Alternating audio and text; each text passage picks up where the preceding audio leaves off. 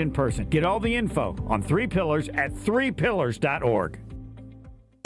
This holiday season, celebrate where Milwaukee comes together. 3rd Street Market Hall. Whether you're planning a private party, a semi-private gathering, or a festive social night out, we've got the space, the flavor, and the fun to make it unforgettable. With incredible local food vendors, craft cocktails, and built-in entertainment like shuffleboard, games, and more, your group will have a holiday party they'll talk about all year long. Visit 3rdstreetmarkethall.com for more information on booking your event.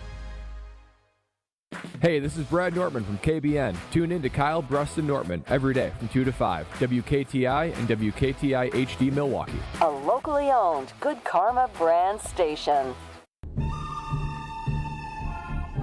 Well, well, well. What do we have here? The Packers have the longest winning streak in the NFC after their 4th straight victory over the Chicago Bears last week. Love has time. Floats one. Watson. Go! Touchdown, Packers! All of a sudden, this looks like a team with real Super Bowl aspirations. But hold your horses. This week, the Pack head west to take on the Denver Broncos, who hold the league's longest winning streak of 10 straight. I was at about 6 there. You don't want to see me go to 10. The Broncos defense leads the NFL in sacks, but number 10 hopes to make Mile High a scoring gold mine. Something about things getting rocky for the Broncos gives me a mountain high. Denver might be famous for their omelets, but their football team is about to get folded like one. The Packers 9-3-1. The Broncos 11-2 in what could be a shootout of a Super Bowl preview in Week 15 of the NFL season. This is Green Bay Game Day, presented by Orthopedic Associates of Wisconsin. There is a difference. Now broadcasting live from the Gruber Law Office's One Call That's All studio at the Avenue in downtown Milwaukee. Here's Alex Stroh.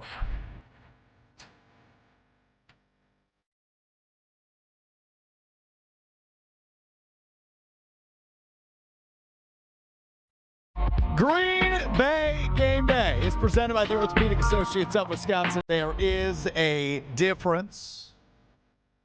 Big one today in the Mile High City as the 9-3-1 Green Bay Packers take on the best record in the AFC, the longest win streak in the NFL. They've won 10 in a row, the 11-2 Denver Broncos.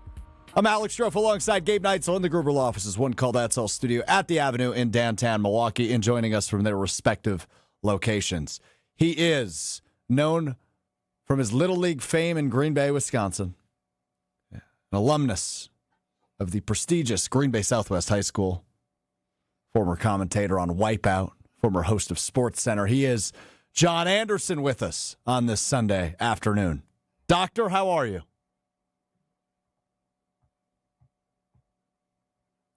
And also joining us is the Super Bowl champion, the doctor of football, Brian Balaga, with us as well as we work on getting connected with those guys. Gabriel, good morning. Good morning. I don't know how to feel about this one, Packers-Broncos, because it does feel like a good measuring stick game. It does feel like a good opportunity for the Packers to say, hey, all that hype about us being a true Super Bowl contender, a true top team in the NFC, hey, it's true. Jordan Love's MVP candidacy if he goes out and balls against a really good defense. That can all be proven true. Or we could walk out of this one going, okay, still some things to figure out for this team. And that's why it makes me, I don't want to say nervous, because I don't know that I ever really get nervous for games when I know my favorite team is good. But it's a good opportunity to play a team that's not in your division, not in your conference, go on the road, another good road challenge, and truly find some things out about this Packers team because we're so late in the season. I still don't know that we know exactly how good they are. Yeah, and look, I think this is a good test for them because while they've been on this nice winning streak of 4 games, I don't know if you would qualify any of those defenses as great defenses that they've been able to beat. And good defenses have given the Packers some issues at times this season. Look no further than the Cleveland Browns. Go on the road at Cleveland, score 10 points. At home against the Philadelphia Eagles, for all their issues, they're still playing some pretty good defense. Held the Packers to 7 points at home. So this is an opportunity to go, yeah, that is a really good defense, but we have found our groove on offense, and we are going to take advantage of that. And look, I think that that's not to say they're going to go out there and score 35 points. I think if you get to 21, that should be enough. with the way this defense has been playing, going up against Bo Nix, who hasn't been good. They haven't been able to run the ball efficiently since their starting running back went out and R.J. Harvey took over the majority of the carries for them.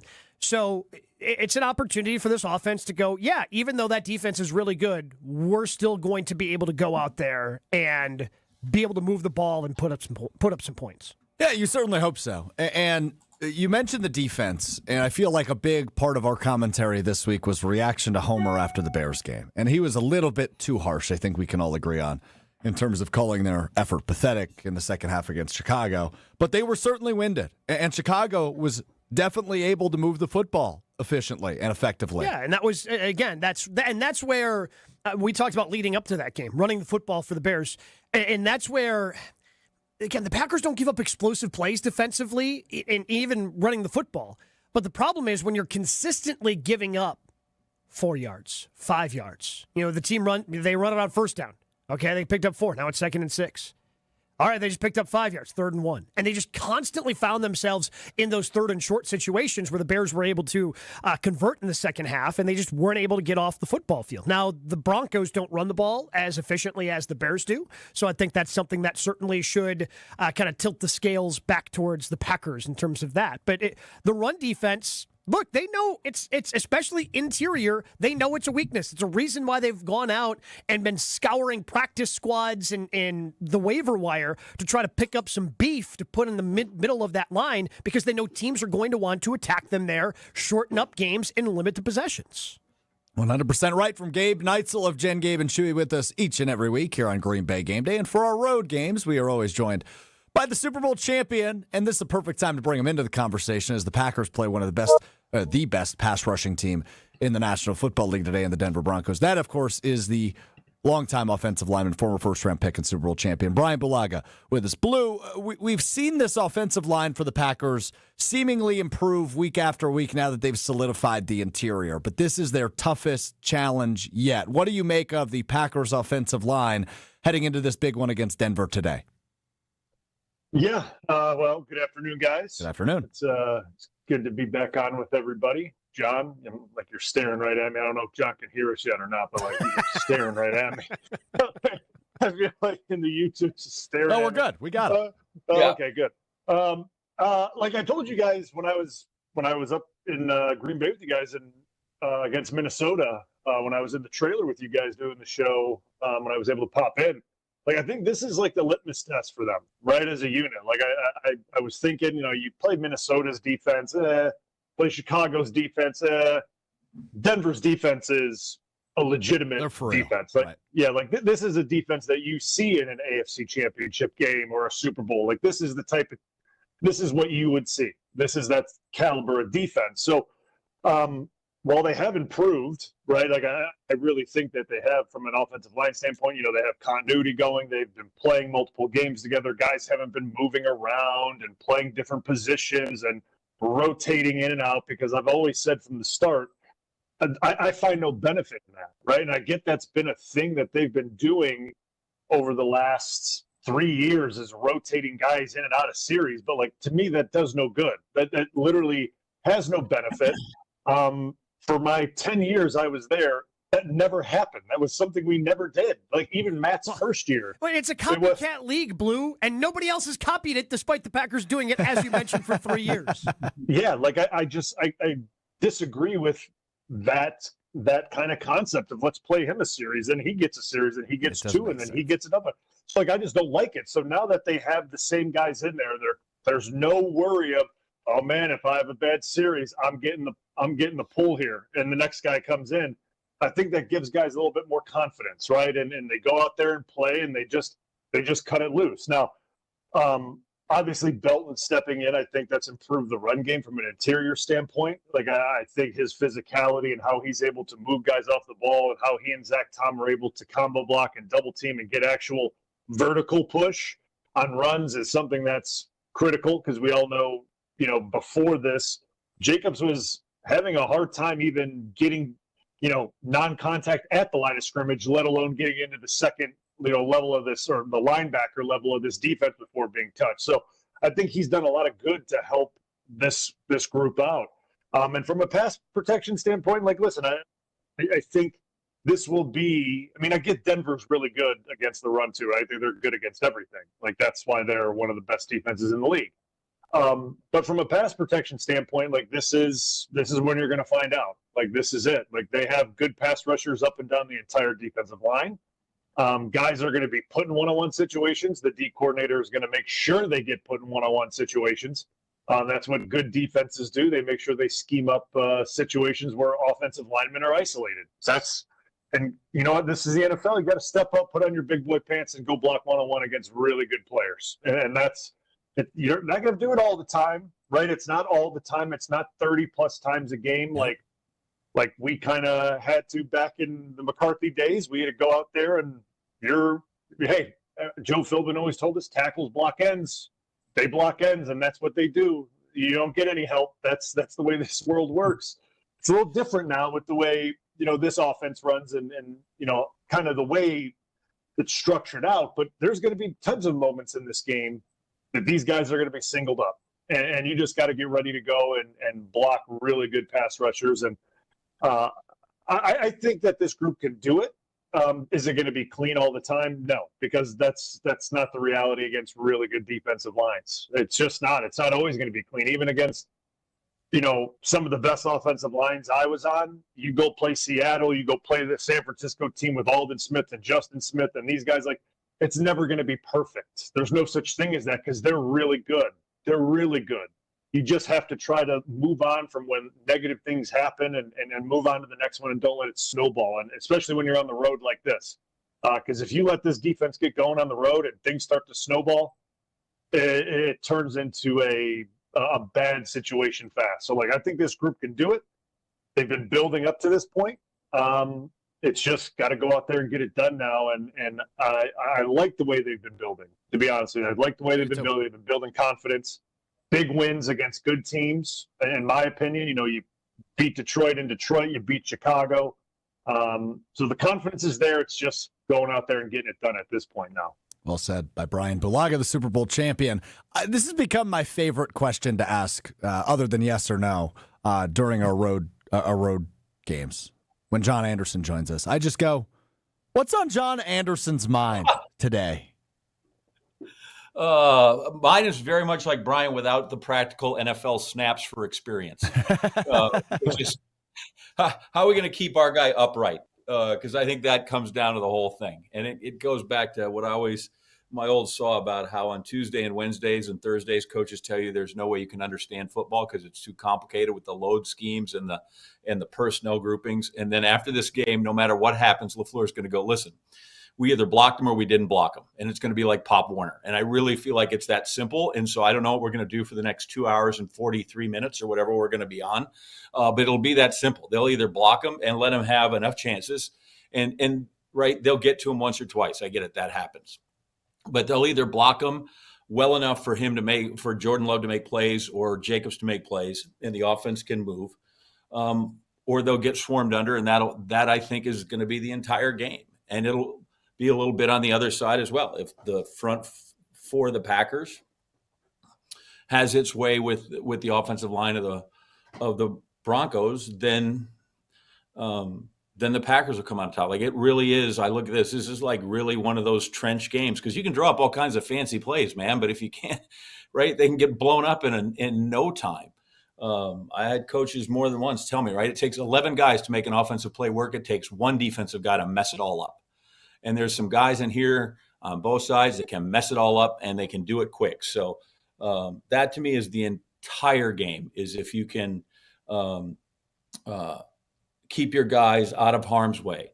Because, you've seen this too, right? Even if you don't get right to him, if you're at his feet, if you make him move, if he throws off balance, if it gets away from, all that can come from just getting up into the quarterback and making him uncomfortable. So I feel like that is what's on my mind today, is which of these groups,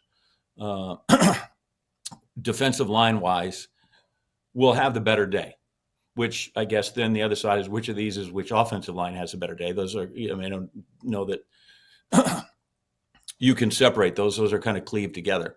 But that's what I think it comes down to. If it's tight, I like our quarterback over their quarterback. Nick's has done some fun stuff, but Nick's also does some really goofy, crazy things as well. So I'm not quite as sold on him as I am Jordan Love. But it's just going to be the guys in the trenches will decide if all the other guys get to participate. Yeah, I'm with you on that. Always good to hear what's on the mind of John Anderson, Brian Balaga, Gabe Neitzel, Alex Strofe with you. It is Green Bay Game Day, which is presented by the Orthopedic Associates of Wisconsin. I want to talk about Jordan Love's MVP candidacy because his rise in year 3 as a starter, and especially during this time of the year, Carathon, as we've dubbed it, has been very impressive. So we will dive into the quarterback coming up next. But first, Tito's Handmade Vodka is America's favorite vodka for a reason. Distilled 6 times till it's just right. Tito's known for great vodka, giving back, and doing good for dogs. Distilled and bottled by Fifth Generation Inc., Austin, Texas. 40% alcohol by volume. Savor responsibly. We talk number 10. Coming up next, Green Bay Game Day is presented by the Orthopedic Associates of Wisconsin. We're back with Green Bay Game Day after this on ESPN Wisconsin at 620 WTMJ.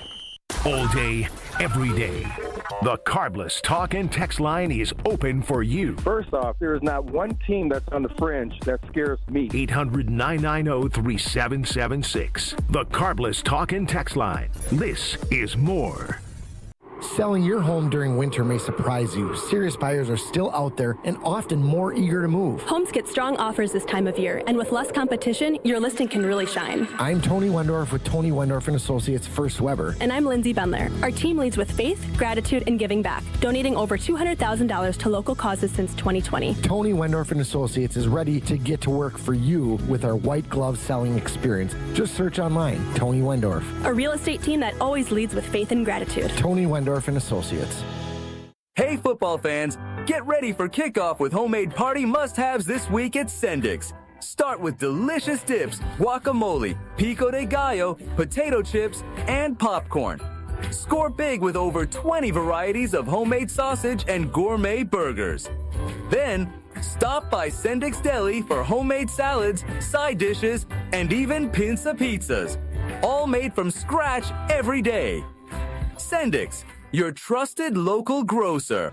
Hey, this is Mike from Infinity Exteriors. Buying a roof, siding, or windows can feel overwhelming. Hidden costs, confusing contracts. We don't play that game. We educate you so you can decide. And when you know the facts, Infinity Exteriors is the clear choice. Since 1997, we've installed peace of mind with no surprise upcharges, flexible budgets, and immediate financing. Infinity Exteriors, saving our communities from unscrupulous contractors. Visit infinityexteriors.com.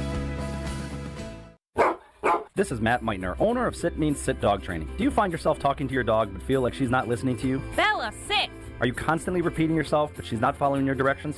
Sit! Sit! Frustrating, isn't it? At Sit Means Sit Dog Training, we want to help you have a happy, confident, and obedient dog, and we also want to make the training process an enjoyable and worthwhile experience. Contact Sit Means Sit today to schedule a free consultation so we can create a customized training program so you are able to have the dog you want and deserve. Sit Means Sit Dog Training. Sorry, we don't train husbands, wives, or kids.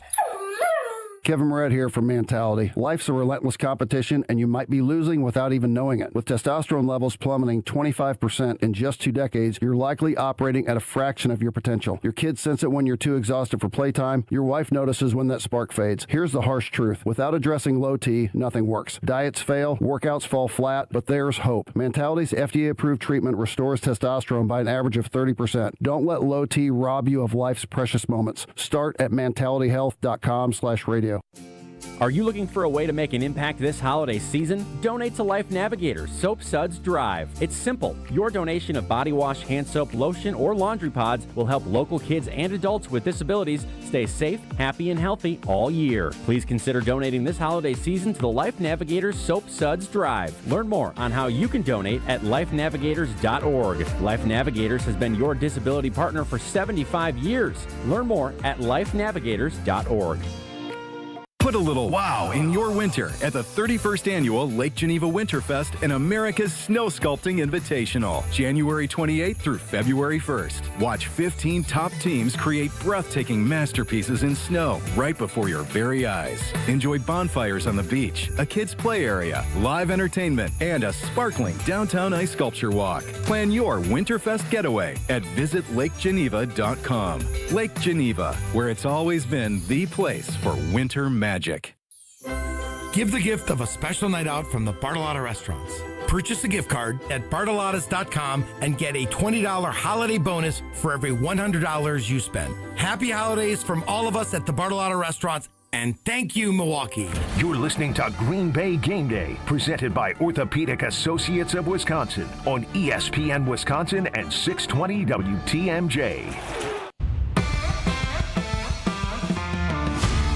Green Bay Game Day, presented by the Orthopedic Associates of Wisconsin. There is a difference continues. Alex Strofe, Gabe Neitzel, John Anderson, Super Bowl champion Brian Balaga with you. A lot of scoring already, early goings of this noon slate. The Texans lead the Cardinals 10-0. It was a Nico Collins 57-yard touchdown reception in the first minute of that game to give the Texans an early lead. Jags lead the Jets 7-0. Eagles on top of the Raiders, a Dallas Goedert touchdown reception 7-0.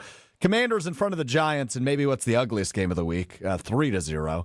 Drake May, with only his third rushing touchdown of the season, has the Patriots in front of the Bills in New England up 7-0, and it was Patrick Mahomes, a rushing touchdown for him. How about that? 7-0. Chiefs lead the Chargers early. No score in Bears, Browns, or Ravens.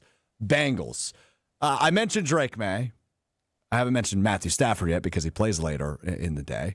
And Jordan Love. Those are your top three candidates for the MVP according to every sports book in America right now. In order, it is Stafford, May, Love. And Jordan Love has played his way back into the MVP conversation because he has been excellent over the course of this 4-game winning streak for Green Bay. Brian, I want to start with you. Just his growth and the ability to really place the ball well. His accuracy has gone up. He's only thrown 4 interceptions, including one last week against Chicago this season. It just seems like he's getting better and better every year he's been at the helm of the Green Bay Packers. Yeah, I agree. And it's no surprise how he's stacking up in this MVP race. I mean, as Green Bay continues to ascend as well, right? Like as they continue to play better and keep adding wins and, he puts on these performances, obviously, that's a credit to him and how he's playing, how he's preparing and all that. But you start to get into these big spotlight games, right? And you play well and you play really good. The MVP attention will start to drift towards you, right? You will be in that talk. You're going to be in the hunt all the time with that. I mean, that was pretty consistent year in and year out for the guy before him. That was the way it was almost every year when you perform at a high level and you start to win a lot of football games and you're on the main stage every week. And that's where you want to play every week. You want to play at the 325 kick or whatever it may be. You want to be on that stage every single week. You want to get flexed every single week this time of year and play well because that's what puts you in to the MVP race as a quarterback. That's what it is. And he continues now week in and week out to just perform and perform and perform. And you saw last year early on, there were a lot of questions about the accuracy and decision-making and things like that. I mean, it's like it's not even like a thought right now. Like it's not even you don't even think about what happened early on last year because obviously he was dealing with injuries and things like that. He was trying to manufacture things and, you understand it. You understand what he was doing. He, got the big deal, trying to make this thing his own, right? Like, you get empowered as a quarterback. I mean, this is your franchise now. So, he's trying to make things happen. But I think now this year, that big contract that's in the past now. And now it's just, hey, let's just play football. And I'm going to be who I am. And there's no added pressure to be, the $55 million man. It's just, I'm going to be Jordan Love. I'm going to be the best version of that. And that's exactly what we're seeing right now. And it's very fun to watch, and he's very accurate with the ball. He's very calm. If he does make a mistake, it's just like turning the page. Like he just moves on to the next one, and it's like it never happened again, which to me is the sign of a very good quarterback. And listen, I understand Drake May's doing some good things in New England. Like I understand that. Like I think he's, obviously, what is he in his second year now? And I think he's progressing well as a quarterback. But if we're starting a ball club, I'm not taking Drake May over Jordan Love. I'm being honest, right? The kid may end up being phenomenal in 3 years. He may be that guy in 3 years. I have no idea. But I'm just looking at the way they play right now. You're telling me if I got to start it today, And like I'm gonna take Jordan Love because I think as a passer and things of that like that, I think he is a better quarterback. Like I mean, and that's just my opinion. Now, the way Stafford's playing, that's going to be hard to top currently. Oh, like yeah. it just is. That's going to be very hard to top at this point in time. Stafford's playing lights out. The Rams team is really good. When you get to throw to Devontae and Puka Nacua and all those, like, listen, you're gonna put up 275, 300 yards passing every week. Like that's what you're gonna do, and you're gonna throw 3 touchdowns every week. Like that's when you have those weapons. That's what you're gonna get. So I understand because the Patriots are playing amazing right now and they're winning every single game. But if I look at it from an MVP race, I mean, I like Jordan versus Stafford, and it's going to be hard to overcome Stafford. Like I just think it is. I just think that's going to be a tough one to climb right now at this point. Well, maybe the Lions, his former team, can make him look like a not so MVP today, and Love can continue his pace, and maybe we're having a different conversation tomorrow. John Anderson, your impression of the third-year starter, sixth-year quarterback Jordan Love this season? Well, I still can't bring myself to admit that a North Carolina quarterback's any good. Like you go look at really like when they drafted Drake May, I'm like, well, that's not going to go well. He's a North Carolina quarterback. I'm like, there's nobody that's come through there that's been any good. And listen, Mac Brown's got a history of really good college quarterbacks, and then nobody goes out and plays. Right? I thought, okay, here's the next Mitchie 6 points, and we'll see what happens with him. So he's been better than I thought. Stafford is just like that guy can still play, man. Like that's ridiculous. Again, it helps that, we protect quarterbacks so you can play till you're 40, whatever it is again, but he's great. I am quite surprised that Jordan's actually in there. I don't think anybody outside of Green Bay truly kind of appreciates how well he plays or how well he runs that offense. He's getting some, but right now, like I look at that and I think he is a distant third. People, LA totally love Stafford, rightly so. Team's good. People are all on the bandwagon because of such a turnaround of what's happened in New England, and I think that factors into that thing goes big, right? Like if Jordan Love goes and leads his team back to the playoffs, you're like, okay, that's what he's done the first 2 years. Drake May has taken a team that last year, right? It's maybe, by the way, could we just interject that maybe Gerard Mayo couldn't coach, but they, the flip to him over to Vrabel has been such a big deal that I think that's why he is going to continue to people are going to slobber all over that guy. But that's okay.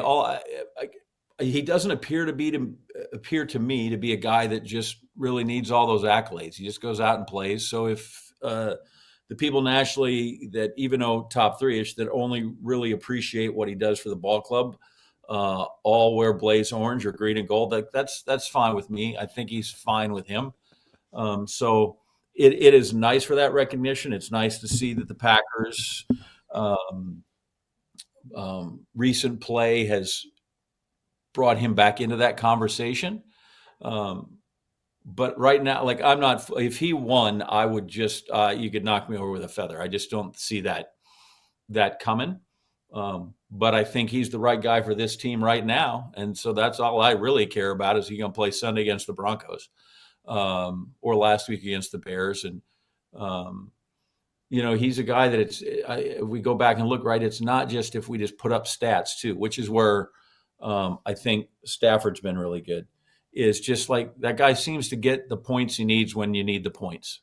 And that's really can be hard to do. And for 30 years, the Packers have had that guy, Yeah. So if his numbers are not always that gaudy, even though, right, he's got more wins, I think, now than Aaron and or Brett in those first 50 some odd games. But the ability to get the points you need when you need those points is that's a quality that's hard to be measure, right? I guess they have the clutch things. Oh, in the last 5 minutes and this, that, and the other thing. Even that can be deceiving. But I think that might be his best quality.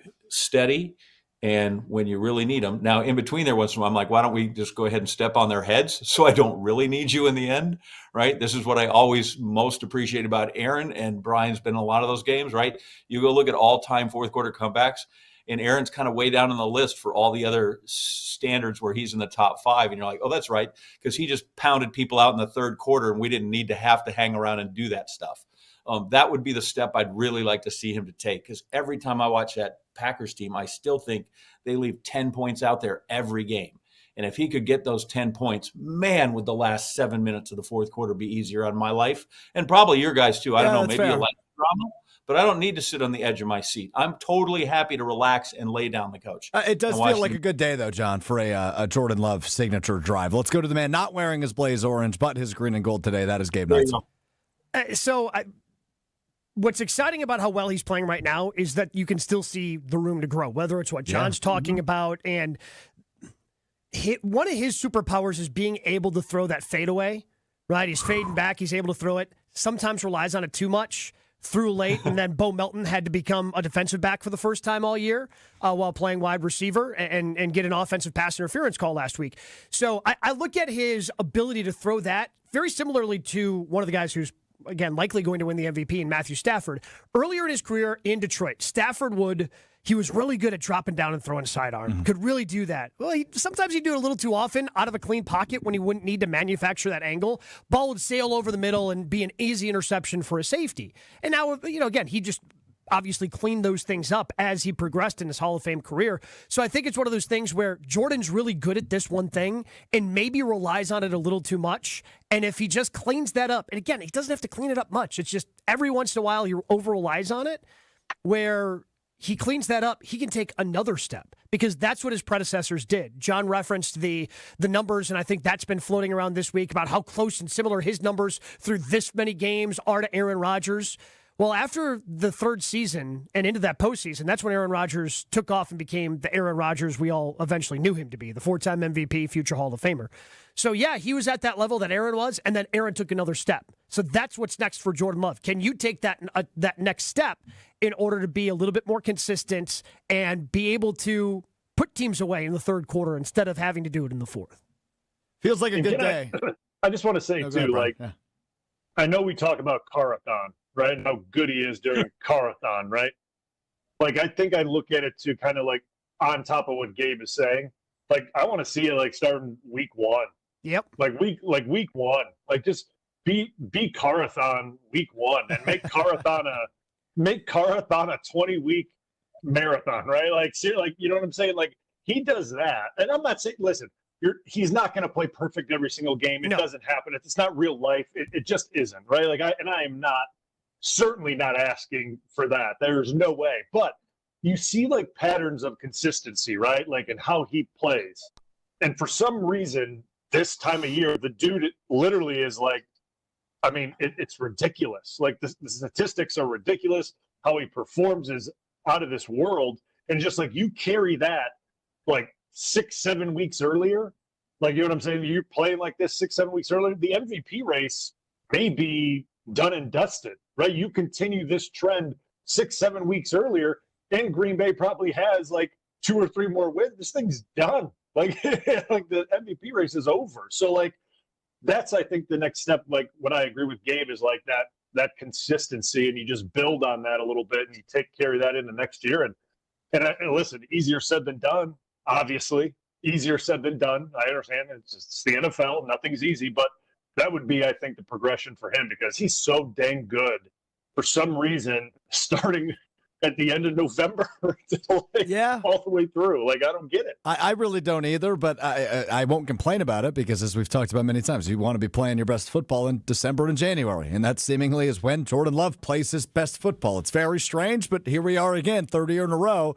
That seems to be the case. Hey, it seems like a good day for our Winter Warriors to go out and grill up some brats and burgers. And you know it wouldn't be Wisconsin without brats on the grill and Coop's mustard on top. Coop's part of my game day tradition, should be part of your game day tradition. From classic yellow to spicy brand to jalapeno and all the in-betweens, Coop's mustard brings the flavor. Coop's mustard, spreading the love since 1897. Find it at a retailer near you. We go to enemy territory. We head out to Denver to talk with our buddy Rob Demowski of ESPN Denver, a place, by the way, Green Bay has only won once in their franchise's history. Back in 2007, it was an overtime win for the Packers. Haven't won there since. They look to do that here today as 2.5-point favorites. ESPN's Rob Demowski joins us coming up next on Green Bay Game Day. Stay right here. Green Bay Game Day will be right back on ESPN Wisconsin and 620 WTMJ. Oh no, there's only seltzer left, and it's passionberry almond fruit? Who comes up with these? Kick the aluminum can to the curb and mix up a cocktail you actually want with Tito's. It tastes great, it's gluten-free, and it's available in a variety of sizes for your convenience. The flavor abilities are endless. Tito's Handmade Vodka, the official spirit of whatever you want to drink. Distilled and bottled by 5th Generation Inc., Austin, Texas. 40% alcohol by volume. Savor responsibly.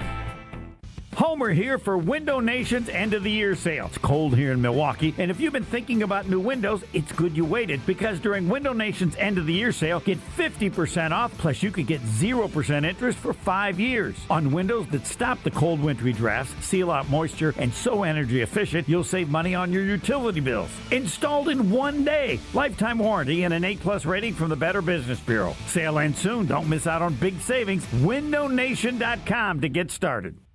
Hey, it's Gary Ellison for Wisconsin Indoor Golf Center. Looking to escape the cold or take a midday break? Get your game on at Wisconsin Indoor Golf Center, where it's always golf season. Play more than 2,000 courses, including over 50 right here in Wisconsin. And even that famous course where they hand out green jackets. Top tech simulators, great food, and the best Bloody Marys around. This is your year-round slice of summer. Bays start at just $35 an hour, Monday through Friday. Book your bay today at WisconsinIndoorGolfCenter.com. Pain has a way of stealing the moments that matter most, especially during the holidays. It's not just your knees, your back, or your shoulders. It's time with family and friends. But in 2026, that all could change when your body remembers how to heal. It just needs a little help finding the way back. Dr. Ashley Caravelli and her team at QC Kinetics here in Milwaukee believe relief doesn't just come from surgery or pain pills. They use your body's own natural healing abilities to repair and restore what's been lost. It's your body's comeback story, powered by the very cells that built you in the first place. No surgery, no pain pills, no long recovery, just your body remembering how to feel alive again. QC Kinetics delivers that long-term relief that you're finally looking for. Make the new year your turning point, where pain stops defining you. It's time to take that first step. Literally, time to walk, enjoy the holidays, live without pain, and live without hesitation. With QC Kinetics, healing is within reach. Schedule your free consultation today at QC Kinetics. Give them a call at 414-240-2298. That's 414-240-2298. 414-240-2298.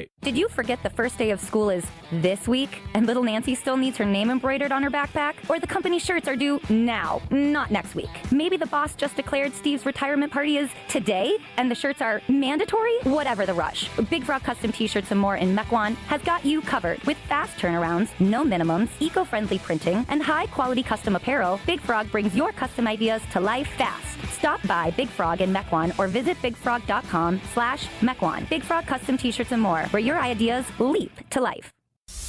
At every meeting, at every new beginning, at every celebration, we make better happen. At Cousin Subs, better is more than just a word. It's a promise we serve at every party. Our customizable party boxes, box lunches, party chips, and dozen cookie boxes offer the options you need to please any crowd. Whatever the occasion, we will never settle for being just good enough.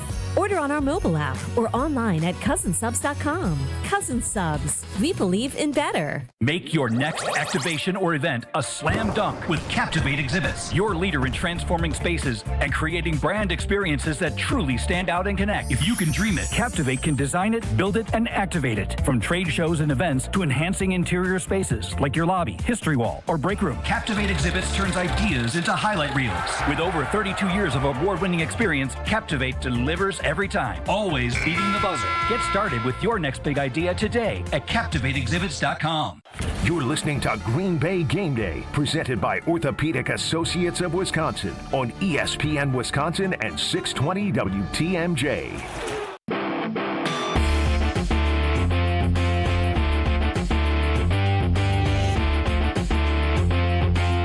Green Bay Game Day is presented by the Orthopedic Associates of Wisconsin. There is a difference, and we continue. Alex Strofe, Gabe Neitzel, Super Bowl champion Brian Balaga, John Anderson with you, and we are always thrilled to be joined by our buddy Rob Demowski, ESPN NFL Nation reporter, covering the Packers like a blanket. Rob, I heard you're like in a tropical vacation right now. I heard what, 61 degrees at kickoff in Denver? I believe so, Strophe. It is currently 54, and it was cold this morning when I got up, and it was about 30. But it warms up quickly, and I think it cools off quickly. But right now, the sun is shining on the 80 yards of the field. The last 20 is in the shade, but it is beautiful. This climate is outstanding. You could ski in the morning and go play golf in the afternoon. Feels like -4 in Milwaukee right now, Rob. Sorry Sweet. about that. Sweet. Sure, it sounds awesome. All right, bring us up to speed on everything going on with the running backs. We've got an illness for Emmanuel Wilson. We've got a questionable but more probable designation for Josh Jacobs. Break us down with the latest. Yeah, the thing with Jacobs is, it's been sore and swollen, and it just depends on the day. Like some days he gets fluid on there, and it swells up and stiffens. So even though as of last night, it looked like he was going to play because he got through practice, okay on Friday. I mean, there's still a chance, I suppose, that it could bother him this morning, although we're into early afternoon now, so I'm guessing it's fine. We would have heard otherwise. I guess the good thing with Emmanuel Wilson is he got sick on, Saturday morning. I don't know what he's got, but by now he's, if it's a 24-hour thing, he should be okay. But they did bring up, a practice squad running back, and, just in case. But they should be okay, Strophe, today. I think they're going to be fine with those guys. Huh. Okay. Gabe? When you take a look at this matchup against this great defense of Denver, where do you think they're going to try to attack? Because they're number one in the league in allowing rushing yards per attempt, tops in the league in sacks, on the way to potentially setting the NFL's team sack record, while Myles Garrett is on his way to potentially setting the single season record. Where do you think the weaknesses are that they can try to take advantage of? Well, they don't take the ball away at a high level, do they? No, they do not. They're the inverse of the Bears. The yards and points are low, and the takeaways they don't. Right. They just aren't there. Right. So that tells me if you can somehow block their front, you're going to have some time to take some shots. Now, obviously, that's a big if. You can get a little risky because they aren't, prone to taking the ball away too much. And obviously, Jordan's been, pretty good. He had the one bad one in the game last week, but for the most part, he's in a pretty good rhythm. And I would think that, that's the way they got to go. He's been so good. I wrote this for ESPN.com. I think it ran Friday on just how good he's been at the 20-yard downfield throws, 20 plus, and not just not just bombs, but I'm talking like the deep crosses, the posts, things like that. And to me, that's where they have a chance to maybe make some hay here. And it's obviously conditions are going to be perfect to throw the ball. So that's where I think they have to be able to block their front. But if they do, I think they got a chance to make some plays. Rob, how this is Brian, by the way, if you couldn't tell. What defensively, obviously, I feel really good about our defense in this matchup against Denver's offense. You kind of look at the way Denver plays offensively. They're a little helter-skelter with things, right? Like they'll look good, then they'll go into a fourth quarter against the Giants and score 20-something unanswered. They're kind of that way. But what do the Broncos are going to have to rely on to try to beat this Green Bay defense? Like, what are they going to have to do? Yeah, what they do well, Brian, is they think they can win, right? And it sort of doesn't matter how they do it. You win 10 games in a row in this league, and it's no accident, right? And they've got an 11-game home winning streak, longest active streak in the league. They find ways. They may not be great at anything, but offensively, they seem to get the job done. From a young quarterback standpoint, the kid, Bo Nix, has got some composure. He really does. He seems a little bit, maybe mature beyond his years. And, I think it may be hard to rattle him, but somehow, some way, you got to find a way. And this might be a game where the Packers defense needs to come up with a takeaway or two. Obviously, they're starting to get a few more of those here later in the year. They haven't been getting them, but to me, this is like, boy, what a Micah Parsons strip sack fumble deep in Broncos territory would do on a day like today. You know, I just think those are the kind of things that might have to happen today.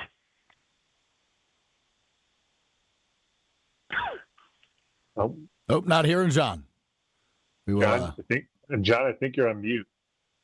I don't think I am. No. I don't think I am.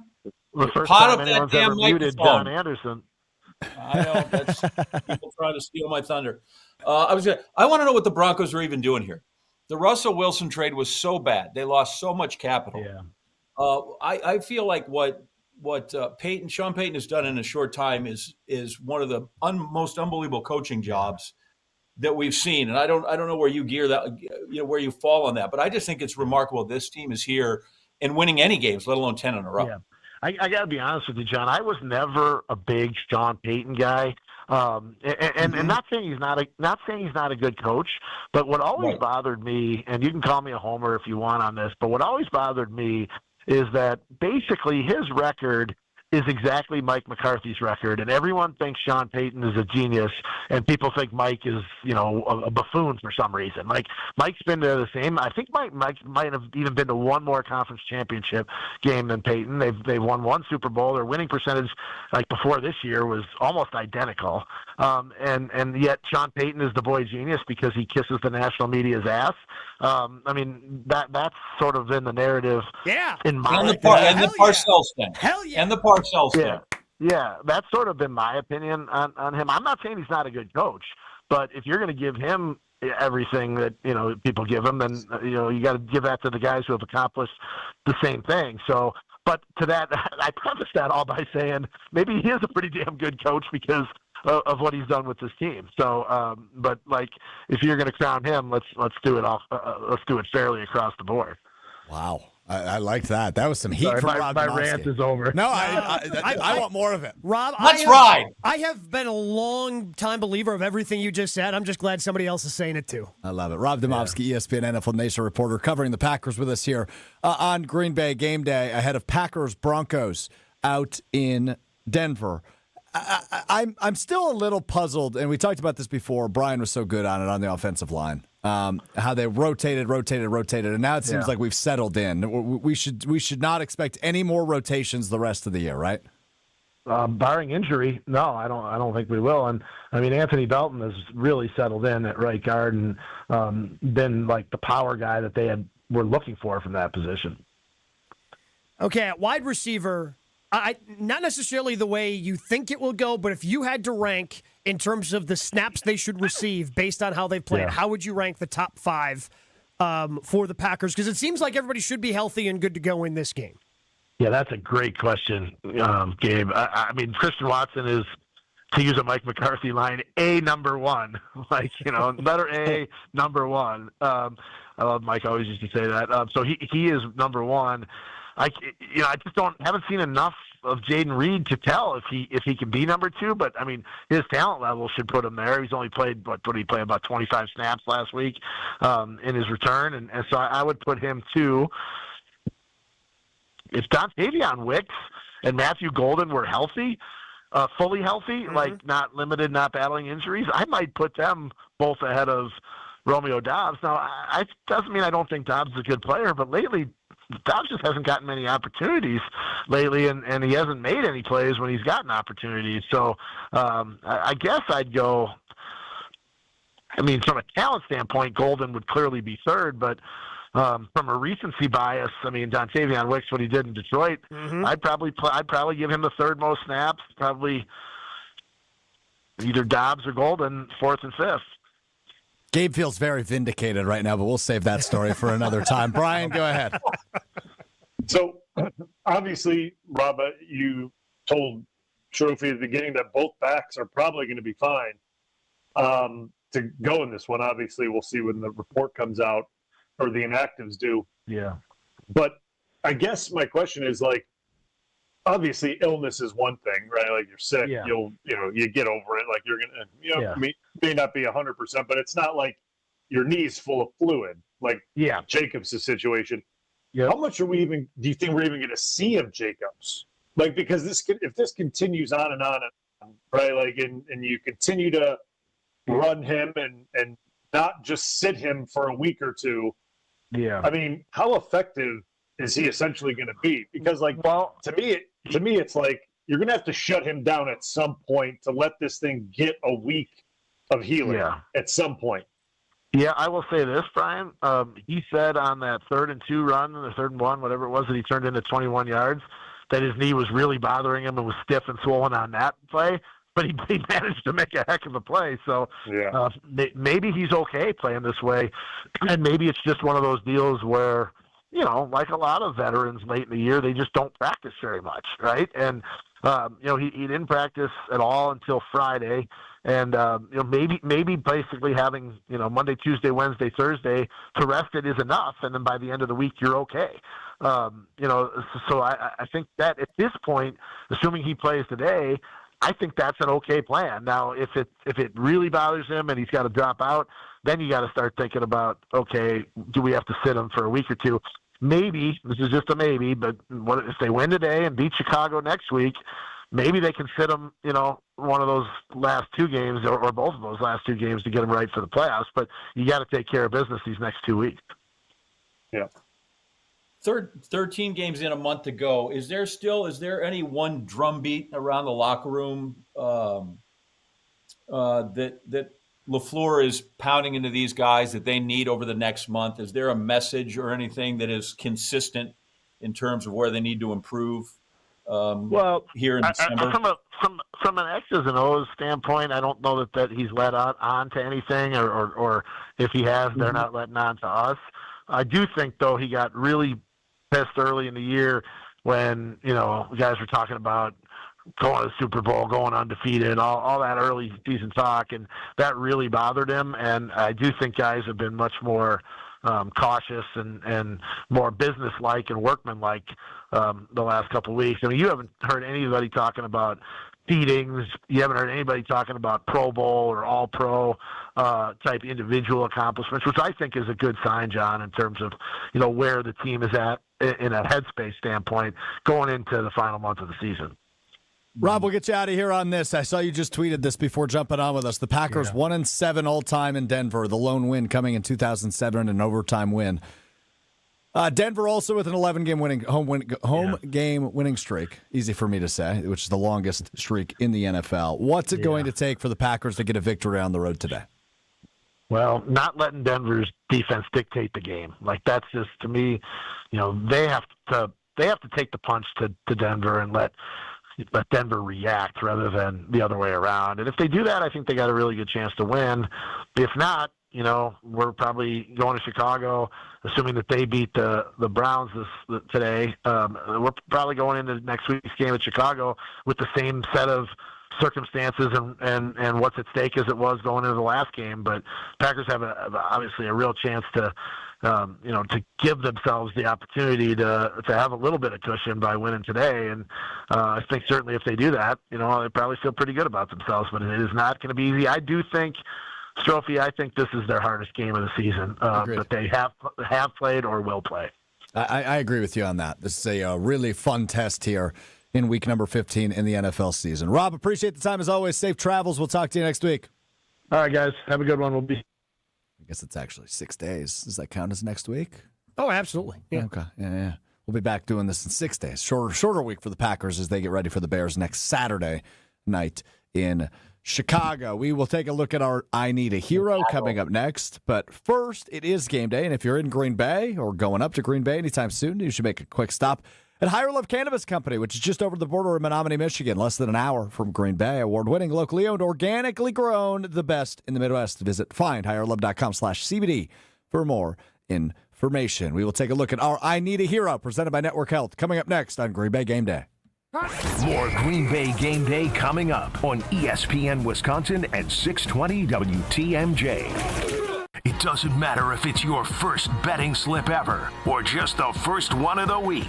We've got your Potawatomi sportsbook picks covered. Tune in Wednesdays to the Weekly Wager with Josh DiMaggio and Ben Brust. Greasy Ben Brust, just whichever way the wind's blowing. I have bad posture. I don't have a great backbone, Joshy. The Weekly Wager, Wednesday nights at 6, right here on 94.5 ESPN, the ESPN Wisconsin app, and ESPN Milwaukee's YouTube channel. Retail stores may be easy to shop at, but nothing beats a gift that lasts. Give the gift of basketball with Precision Sports Services. Get 10% off any basketball hoop and installation package now through the end of the year. Premium products, professional in-house installation. Visit Precision Sports Services and make your holidays a slam dunk. Whoa! What are these? Screamin' Sicilian loaded breadsticks. Available in 2 great flavors, cheesy garlic or pepperoni. Both delicious. Screamin' Sicilian doesn't play around. They're fully loaded breadsticks that come in their own bakeable tray. Dang! Woo! These are next level. Are they the main course? Nah, just the appetizer. Find Screamin' Sicilian loaded breadsticks in your local grocer's freezer section. Screamin' Sicilian loaded breadsticks. Bring the party, bring the flavor. Tsunami Express Car Wash is now open in West Dallas at 10928 West Oklahoma Avenue, and they're celebrating big. From December 10th through the 21st, roll in for a free T2 wash with graphene, a $25 value, totally free. And keep that shine going with the Unlimited Club. Just $5 for your first month, and 100% of those proceeds support Special Spaces Wisconsin. New wash, new location, and a chance to do some good this holiday season. Tsunami Express West Dallas, now open. Tsunami Express Car Wash. Wash, chill, repeat. Get the beat of the Bucks straight from a fan favorite and Bucks legend. Welcome to the fantastic voyage. Marcus Johnson, the captain of this vessel. Tap into Here District with Marcus Johnson, a Bucks Plus audio production. My first mate, Chris Johnson, the only father and son tandem. Your weekly pulse on the Milwaukee Bucks and conversations with the biggest names in basketball. This week on the pod, Marcus and Chris talk to ESPN NBA analyst Monica McNutt. Find Here District now on Bucks.com/plus, the Bucks app, or wherever you get your podcast. Target's last-minute deals are here, right on time to get you holiday ready in no time. Snap beauty gift sets for every style, the hottest toys, can't miss entertainment, crowd-pleasing candy, and much more. All under $20. Whether you're hosting or welcoming surprise guests, you'll be ready for all of it for less. Grab them now before they're gone. Last-minute deals under $20. Happening now, only at Target. Restrictions apply. Tess, what's up? Oh, you know, the CFO needs me to book a week of travel. I'm days behind on invoices. The plants in the lobby are dying, and now I have to order lunch for 80 with gluten-free options. Just use Easy Cater. Easy Cater? One platform built for workplaces. Tons of great restaurants, any group size, with tools to meet dietary needs and stay on budget. Plus, rewards. Rewards? You earn rewards points when you order. Good for discounts or even gift cards for you. Now that's what's up.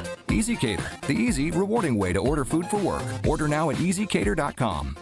Hey sports fans, looking to level up your next private event? V Private Bar Services is your game changer. Move beyond the ordinary. V Private Bar Services crafts custom cocktails tailored to your brand and your guests' tastes. Imagine a bar experience that's as unique as your business. Our expert mixologists will create a memorable experience that your clients and team will rave about. From signature cocktails to full-service bars, we've got you covered. Be the MVP of your next event. Visit vprivatebar.com to book today. Give the gift of a special night out from the Bartolotta Restaurants. Purchase a gift card at bartolottas.com and get a $20 holiday bonus for every $100 you spend. Happy holidays from all of us at the Bartolotta Restaurants, and thank you, Milwaukee. You're listening to Green Bay Game Day, presented by Orthopedic Associates of Wisconsin on ESPN Wisconsin and 620 WTMJ.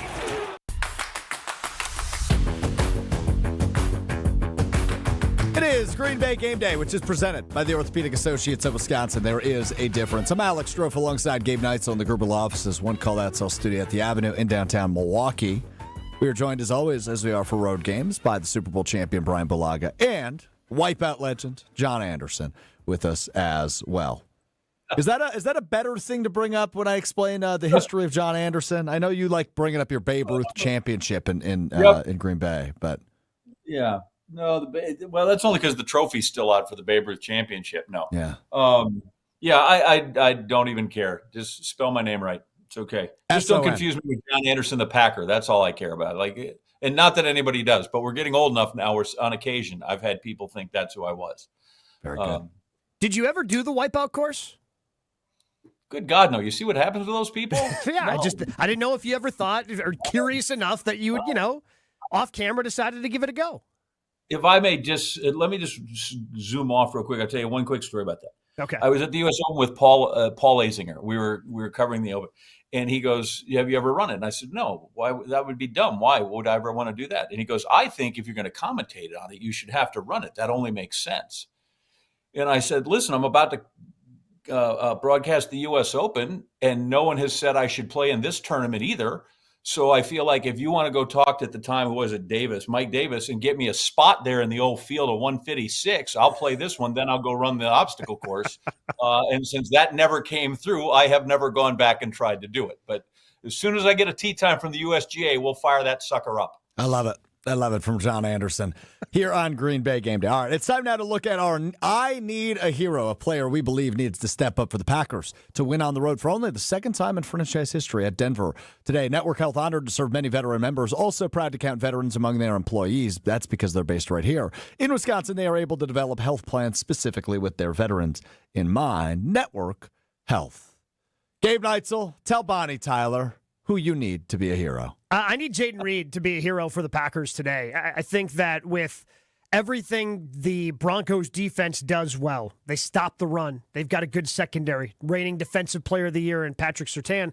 And Surtain lives on the outside. So that's going to make life difficult for Christian Watson, for Wicks, for Dobbs, and Reed being the slot guy. I think he's going to have some success. Some catch and run stuff out of him today, I think, is what the Packers need if they're going to solve the riddle that is the Broncos defense. It is a riddle, no doubt about that. I like that Jaden Reed pick. Good by you. Let's go to John Anderson, Mr. Wipeout. Man, I feel like I'm getting in Blues area. Is the offensive line one guy or is it one unit? Because I feel like those guys are going to be at where I prefaced that, an hour ago. Well, so I don't know if does it have to be one guy? Because, we're a glove, man. We're a fist. We don't have just one offensive lineman. We're all together. What I've learned with you. Am I all right? That was my mantra. You're right. You're 100% right. You're 100% right. And so I feel like I need those five guys across. And then in honor of the great Broncos line coach Alex Gibbs, after they do their job, I don't want to hear a damn word out of them. Just don't say anything. Just take your pads off, get in your shower, get on the damn plane. All right. I like it. Well, there you have it, Brian. Yeah. I'm going to go like John. Obviously, I love the pick because I think it's very true. And I'm going to stay in the same boat, but I'm going to go on the other side of the ball in the defensive line. Because like John said it to start the program, I'm going to reiterate it. This is a trench game. That's all this is. Like, there's no if, and, or buts about it. It's a trench game. It's whoever wins the battle up front is going to win this football game. There's no, quarterbacks aren't going to be able to do what they want to do. If the guys in front of them, they're not going to be able to run away from these DNs. It's not happening. Or they're not going to be able to escape the pressure from the interior guys because, that's how good these defensive fronts are. So for me, it's our defensive line. Our front four has to win in the run game and in the pass game by themselves. The front four, they have to do it. So to me, I look at it as a combined unit like John is with the offensive line. I think it's the front four of our D-line. I need them all to play a phenomenal game. I like that one too. Can I just simply say Jordan Love? If he stays upright, they're going to win. You can say that every week if you want. I think I do. Well, as I was going to say before, John, when you were asking what the rules were to this exercise, I've learned we can't tell you what to do. You're just going to do. So similarly to that, I pretty much do pick Jordan Love just about every week. It's either him or Evan Williams, it feels. Those are my guys this season. Love those guys. But I'm going to pick Jordan Love. He stays upright. He continues to play the way he has during what we've lovably called Carathon. I think they'll win that game today. So those are our I Need a Heroes here on Green Bay Game Day. We talked to our buddy, Jason Wilde, the 3-time Wisconsin Sports Writer of the Year, coming up next because it is the Jason Wilde hour of Green Bay Game Day. We will hit yes or no. We will hit the injury report and all the in-betweens with Jason coming up next on Green Bay Game Day. We're back with Green Bay Game Day after this on ESPN Wisconsin at 620 WTMJ. All day, every day. The Carbless talk and text line is open for you. First off, there is not one team that's on the fringe that scares me. 800-990-3776. The Carbless talk and text line. This is more. There's a holiday gift out there that everyone loves. It's compact, tasty, and one size fits all. It's a Cousin Subs gift card. Make your life a little easier. Give your friends and family a better gift this holiday season. Purchase $30 in gift cards today at your favorite Cousin Subs location and receive a certificate for a free 7.5-inch sub. Oh man, that's the gift that keeps on giving. Cousin Subs. We believe in better. This season, give gifts that are always a win. Island Resort and Casino gift cards, gaming and dining, poolside fun and overnight stays. Gift cards unlock endless island adventures, like championship golf rounds on Sweetgrass and Sage Run, a blissful escape to the Drift Spa, and an unforgettable evening in the Island Showroom. To buy Island Resort and Casino gift cards, stop by the Island Club or call 877-ISL-SHOW now. When you're injured, you want quick, specialized care, not a long ER wait. The orthopedic care specialists at Ortho ASAP treat fractures, sprains, strains, sports injuries, and more right away. With on-site x-rays and expert care, Ortho ASAP gets you back on track faster. Open 7 days a week with locations in Brookfield and Pewaukee, it's more affordable than the ER. Walk in, get treated, and get back to life. Ortho ASAP. There is a difference. Visit orthowisconsin.com. Ben Brust here, and let's cut the crap. I've been sold the lie with sportswear too. You pay a fortune for big name gear, a fancy logo, and a slogan, and it still stinks. Then I found Iron Jock, and now it's all I wear. It's built on science. Their silver ion technology is woven right into the fabric. It kills 99.9% of odor-causing bacteria, and it never washes out, ever. Right now, you can get 40% off your Iron Jock gear. Use code CHRISTMAS40. That's code CHRISTMAS40 for 40% off your order. Shop now at ironjock.com. Experience the excellence of Catholic Memorial High School for yourself. Come see how students gain a competitive edge at CMH. Visit CatholicMemorial.net to schedule a VIP tour or Student Shadow Day. Meet the inspiring teachers, welcoming students, and feel the energy of the CMH culture, where all students achieve more than they ever imagined possible. Visit CatholicMemorial.net to schedule your visit. That's CatholicMemorial.net. Catholic Memorial High School in Waukesha, where you rise. This is Matt Meitner, owner of Sit Means Sit Dog Training. Do you find yourself talking to your dog but feel like she's not listening to you? Bella, sit! Are you constantly repeating yourself but she's not following your directions? Sit! Sit! Frustrating, isn't it? At Sit Means Sit Dog Training, we want to help you have a happy, confident, and obedient dog, and we also want to make the training process an enjoyable and worthwhile experience. Contact Sit Means Sit today to schedule a free consultation so we can create a customized training program so you are able to have the dog you want and deserve. Sit Means Sit Dog Training. Sorry, we don't train husbands, wives, or kids. Homer here for Window Nation's end of the year sale. It's cold here in Milwaukee, and if you've been thinking about new windows, it's good you waited, because during Window Nation's end of the year sale, get 50% off, plus you could get 0% interest for 5 years. On windows that stop the cold wintry drafts, seal out moisture, and so energy efficient, you'll save money on your utility bills. Installed in 1 day. Lifetime warranty and an A+ rating from the Better Business Bureau. Sale ends soon. Don't miss out on big savings. WindowNation.com to get started. Don't you wish your life came with a warning app? That dog does not want to be petted. Well, life doesn't always give you time to change the outcome, but prediabetes does. Take the 1-minute test today at doihaveprediabetes.org. Brought to you by the Ad Council and its prediabetes awareness partners. Gabe Neitzel here. Catch Jen, Gabe, and Chewy mornings 7 to 9 on 94.5 ESPN, WKTI, and WKTI HD, Milwaukee. A locally owned Good Karma brand station. Well, well, well. What do we have here? The Packers have the longest winning streak in the NFC after their 4th straight victory over the Chicago Bears last week. Love has time. Floats one. Watson. Touchdown, Packers. All of a sudden, this looks like a team with real Super Bowl aspirations. But hold your horses.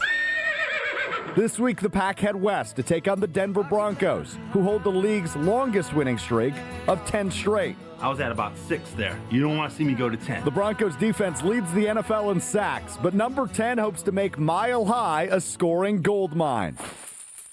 Something about things getting rocky for the Broncos gives me a mountain high. Denver might be famous for their omelets, but their football team is about to get folded like one. The Packers 9-3-1. The Broncos 11-2 in what could be a shootout of a Super Bowl preview in Week 15 of the NFL season. This is Green Bay Game Day, presented by Orthopedic Associates of Wisconsin. There is a difference.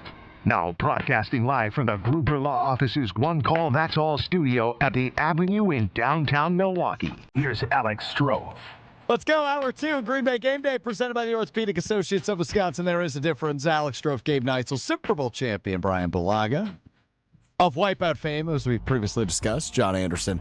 And joining us now, the very amused 3-time Wisconsin Sports Writer of the Year. He won't get folded like an omelet. It is Jason Wilde. What's up, Jason?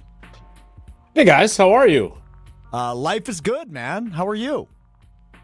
I am great. Sydney's first club volleyball tournament of the season. I want to thank my guy Nathan here at the Champion Center that found a spot for me, and I want to thank Chad, who doesn't know that I'm using his office because he's off today. But thank you, Chad, the pride of Reedsburg and the pride of Cardinal Stritch University. So shout out to Nathan and Chad for giving me somewhere to do this in between matches. Do you know Chad, or do you just see his diplomas in his office? Don't know Chad at all. No, he's an important guy here at the Champion Center, and Nathan was nice enough to let me use his office. So wanted to make sure he got plenty of love on ESPN Wisconsin today. Very good. I ask John Anderson this every time we speak with him, but I'm curious for Jason, from a storyteller and a beat writer perspective, what's on your mind ahead of this one between the Packers and the Broncos? Well, I appreciate your what do you call that? What do you call that imaging that you put together there? Was that a montage? Because Jesse puts a lot more of other people's voices in his montages than you did with yours, which is surprising, frankly. It's more of a dramatic setup, and I don't put that together. That's Will Summers, our producer here on Green Bay Game Day. We kind of co-write. You're just the narrator. I'm just the narrator. Yeah. Okay. But I think you hit on a couple of the storylines, and one of them is, I do think that there is a chance, and I'm not predicting either of these teams will actually be in the Super Bowl, but there's no reason to think neither one can be, right? I think they both have some flaws. I'm very curious to see what Bo Nix plays like today. But the fact of the matter is you've got two of the best defenses in the league. You've got two teams that seem to be on varying degrees of a roll, right? I mean, look, the Broncos have won 11 games this season, but as Matt LaFleur repeatedly brought up, they've trailed in 9 of the fourth quarters of those 11 wins. And the whole idea that the Packers, who have been in some positions where you've heard Matt LaFleur talk about how there were opportunities to close the game out earlier and they didn't, this would be a team that you want to make sure that if you have that opportunity, you do not squander it, given their track record in the fourth quarter. So I just, the person that I would say struck me the hardest this week in all the conversations I had was Xavier McKinney, who flat out said, this is a pre-test for the real test. This is a playoff game. But obviously they're not on the same side of the bracket. This is an AFC team. So I think the way the Packers are viewing this is, hey, this is our opportunity to experience a playoff environment that's not against a rival, not against a team that we could see in the playoffs until, obviously, if and when they were to make the Super Bowl. And it's a chance to not only show what they are, but maybe find out a little more about what they are. Because I think despite a 4-game winning streak, I think there are still aspects of this team that they're very much trying to figure themselves out on. What aspect do you think that is? And do you think that that's an aspect that they are going to address and it's going to become something of a strength? So I think they have really trended in a very positive way offensively in terms of the post-Tucker Kraft era. But I think they're still not quite certain of what they want it to look like, right? Yeah, I mean, I'm missing Tucker today. I think is going to be the one that hurts the most. Totally agree. And I held off on writing. I talked to all 4 of the tight ends, if you include Darian Kennard, because first of all, I had other stories I wanted to write, but also maybe they find a way for all those guys to be productive again. They all had a catch except for Kennard, who has never played anything other than offensive line, but he does work on the jugs machine. So be on the lookout for maybe a trick play to Darian Kennard. I don't think that that's in the playbook yet, but he does go to the tight end meetings. But no, I don't think they've found I think they found that they can not even recreate him in the aggregate, Gabe, but more, all right, each of these 4 guys that are trying to fill the Tucker Kraft void have different skills that if we can utilize them correctly, we can reduce, but certainly not eliminate the void that's created by his injury. But I love where they've been in the passing game with all their wide receivers. And yet, to my point, Romeo Doubs had been such a crucial third down guy, red zone guy. He was a nobody last week. He had 2 targets. He had no catches. And so I think they're still trying to figure out what that looks like. And then on top of that, they're going to try and reintegrate Matthew Golden today, which what exactly is his role? Because you saw what they did when they were reintegrating Jaden Reed. They went to him on the first play of the game. And that was by design, Jaden said this week. So I think they're still finding their post-Tucker Kraft vibe offensively. And I think this is a game against a really good defense, which provides the kind of test you want if you're trying to figure that out. Good point. Good point by Jason Wilde, who's joining us here on Green Bay Game Day. John, you look like you've got something on your mind. Well, I was just thinking if the trick play, if that is a rumor, if that is not true, indeed, then would that not just be a Kennard as well? Nice. It's just, that's between you and I, bud. I don't know if anybody else is there, but, somebody has to appreciate, the thesaurus sitting next to in my desk next to my computer. Here's what I want to know. Who doesn't care? What I want to know is, from what your grand experience is, this team is really great in the first 15.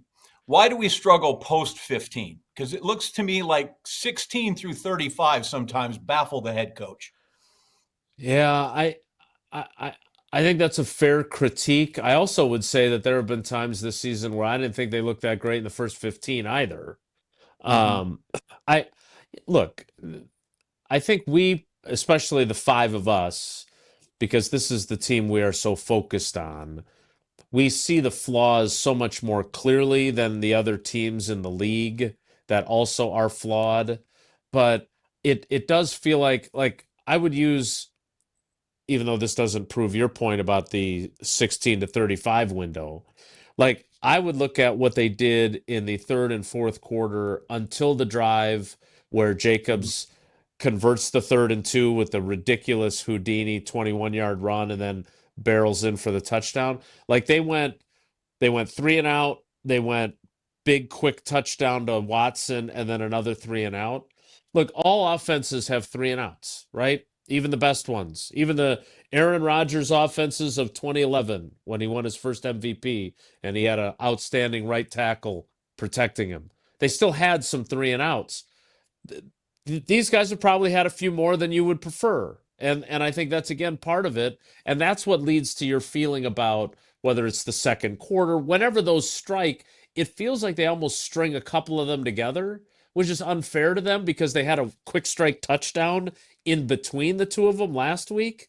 But they seem to hit a lull where they don't, even if they go 3 and out on one drive, they get 1 first down and then they punt again. And Daniel Whelan ends up out there in successive possessions. I don't know how many times that's happened, but that's the feeling I get.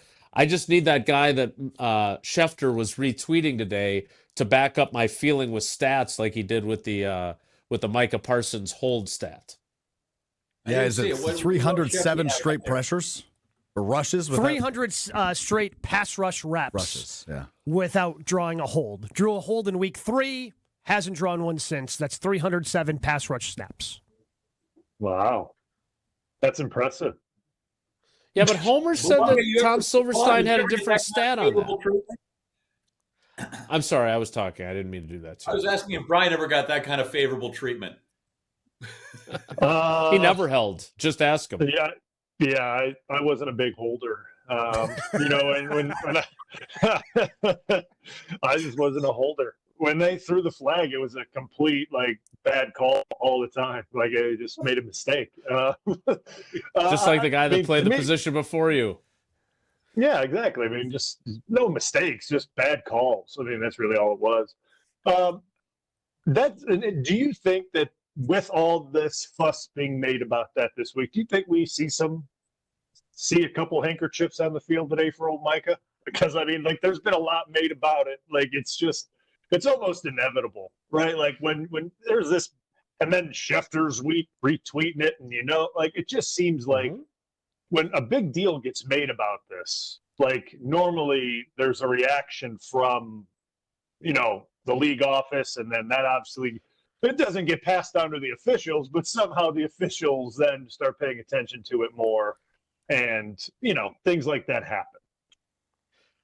So I think there's a couple of things at work. One, and you probably do this with your kids' teams that you coach, and whatever level of high school or college coaches listen to the program. They all work the officials, right? There's a reason why they do that. It's not just because they are lonely and need someone to talk to, right? They're trying to, Krzyzewski in the national championship game in 2015. There is a psychology to it, right? The officials, even though you get a different crew every week, they are human beings, right? We haven't gone to robot officials, so they're aware of this stuff. And by the way, I think this crew, if I remember the tweet from Football Zebras, I don't know. I don't know the name. I don't know who the ref is. I just know that I read this earlier in the week. I think they're one of the highest penalty throwing crews in the league. So if that's the case, you would like to think that they will, if you're a Packers fan, see a flag or two thrown to Micah's benefit. But one of the things we asked Parsons this week, and I think it's really interesting to me, is that he really isn't a fan of flopping. Because he feels like if he does that, he's basically giving up on the play and now hoping that the official will give him, even if he believes he is being held, his philosophy is, I need to fight through it. And it's kind of a chicken and the egg thing, right, Gabe? I need to fight through it in case they don't throw the flag, and it causes them to perhaps not throw the flag because he keeps fighting through it. It's like Giannis in the NBA. He doesn't get enough calls because he plays through the contact. He's strong enough to play through the contact, so he doesn't get those calls, and then he's still able to finish. Micah's good enough where he's playing through those holds, playing through those double teams, and that draws the officials not to call it sometimes. Well, let's put it this way. He'll never get a call getting double teamed.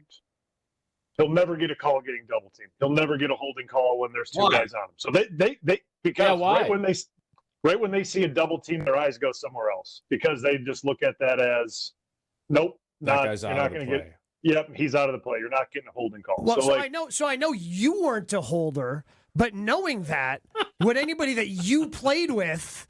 They can remain anonymous if you'd like, but knowing that, would anybody in the double team just kind of grab someone? Would that happen on occasion? Yeah, that's what you do on especially pass blocking. You would, what you do is, when you're double teaming, if you're double teaming on a pass blocking rep or even run blocking, you're one guy because if you're double teaming someone, you could always most of the time this would happen when you would have tight end in protection. He'd be blocking the defensive end. You'd be combo blocking with the guard, mostly play action. You and the guard would combo block. You would both grab a hold of that D tackle and grab and just hold the crap out of him.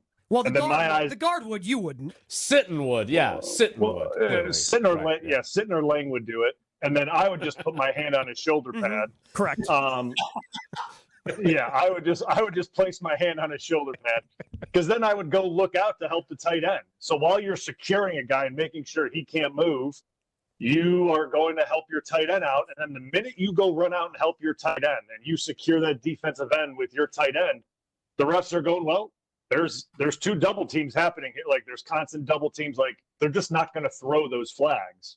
It's just not. They just don't look at it that way. They think like it. Like you'd have to literally be bear hugging him with two guys and literally two guys tackling him to the ground to get a holding call on a double team. It just doesn't happen much. You see more holding flags on defensive guys on double teams for them grabbing offensive linemen and restricting them from getting off on the next block, actually. So, like, it's kind of like backwards from that standpoint of offensive lineman double team, no flag. It's very, very rare to see it. And that was something you just got to learn the game within the game. There's a game within the game. Got to learn it. Fascinating stuff there. Brian Bulaga, Jason Wilde, John Anderson, Gabe Knights, Alex Strofe with you here on Green Bay Game Day. Broad Schoolers, friends, you've got it all, but rolling into the tailgate with a clean car, the real MVP move. Keep it spotless with a Tsunami Express Car Wash membership. 13 locations and growing. It's easy to swing through on your way to the action. Tsunami Express, wash, chill, repeat. We roll on in the Jason Wilde Hour right after this on Green Bay Game Day. More Green Bay Game Day coming up on ESPN Wisconsin at 620 WTMJ. College hockey fans, get ready because the ice is heating up in Milwaukee for the Quick Trip Holiday Face-Off. 4 powerhouse programs, 2 action-packed days, 1 champion. It's Wisconsin, Boston College, Lake Superior State, and the defending national champion, Western Michigan. Battling it out December 28th and 29th at Fiserv Forum. Feel every bone-rattling hit and every clutch goal as these elite programs collide for holiday bragging rights. Tickets are moving fast. Grab yours today at Ticketmaster.com or the Fiserv Forum box office. The Quick Trip Holiday Face-Off. 4 teams, 1 trophy. Who will own the ice? Looking up at the Marquette banners, brought to you by Saganiac Planning. Number 20, Maurice Lucas, retired in 2006. Lucas at Marquette only 2 years, but he was so good. 74 NCAA championship game against NC State, 40 minutes, 21 points, 13 rebounds. In the semi-win over Kansas, 18 points, 14 rebounds, and 4 blocks. Also, that game-winning shot in a win over Wisconsin that created the legendary post-game photo of the father of 2 Badger players very upset with Al McGuire. For your fellow fanatics and your number 1 fans, for your game day compatriots and your personal cheerleaders, for all the reasons you smile, get covered with dental and vision insurance from Delta Dental of Wisconsin and Delta Vision. Support your overall health so you can be your best for those who matter to you most. Call Eric Pearson. Eric Pearson, Saganiac Planning, 262-783-6161. Saganiac Planning, a name synonymous with employee benefits and top-notch service.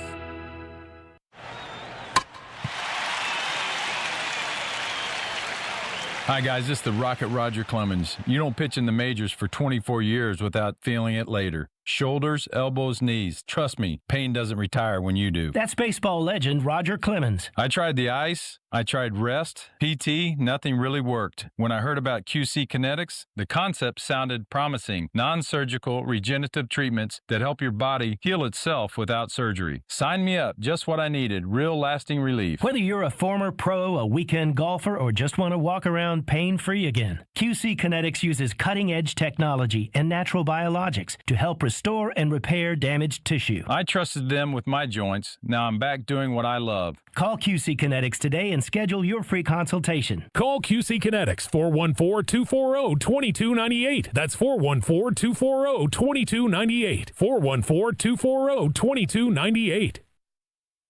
Hey, this is Mike from Infinity Exteriors. Buying a roof, siding, or windows can feel overwhelming. Hidden costs, confusing contracts. We don't play that game. We educate you so you can decide. And when you know the facts, Infinity Exteriors is the clear choice. Since 1997, we've installed peace of mind with no surprise upcharges, flexible budgets, and immediate financing. Infinity Exteriors, saving our communities from unscrupulous contractors. Visit infinityexteriors.com.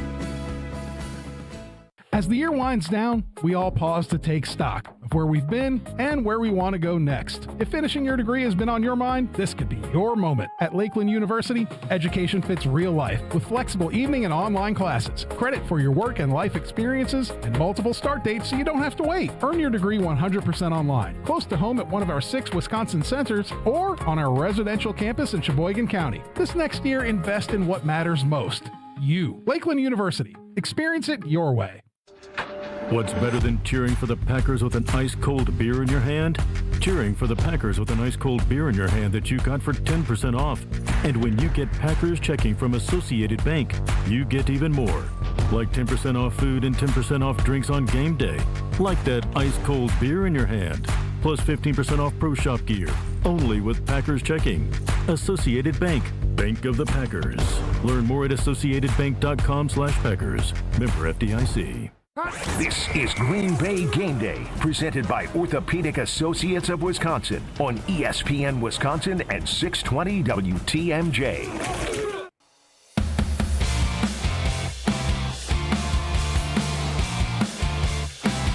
Green Bay Game Day is presented by the Orthopedic Associates of Wisconsin. There is a difference. Alex Strofe, Gabe Neitzel, Brian Belaga, John Anderson, Jason Wilde, all with you.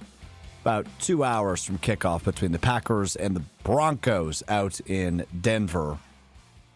Jason, we talked with Rob about this about an hour ago, but curious on your perspective. Josh Jacobs likely going to play today. Emmanuel Wilson dealing with an illness, but also likely to play today. What should we expect from the Packers running backs as this is also a short week for the Packers? They play 6 days from today against Chicago.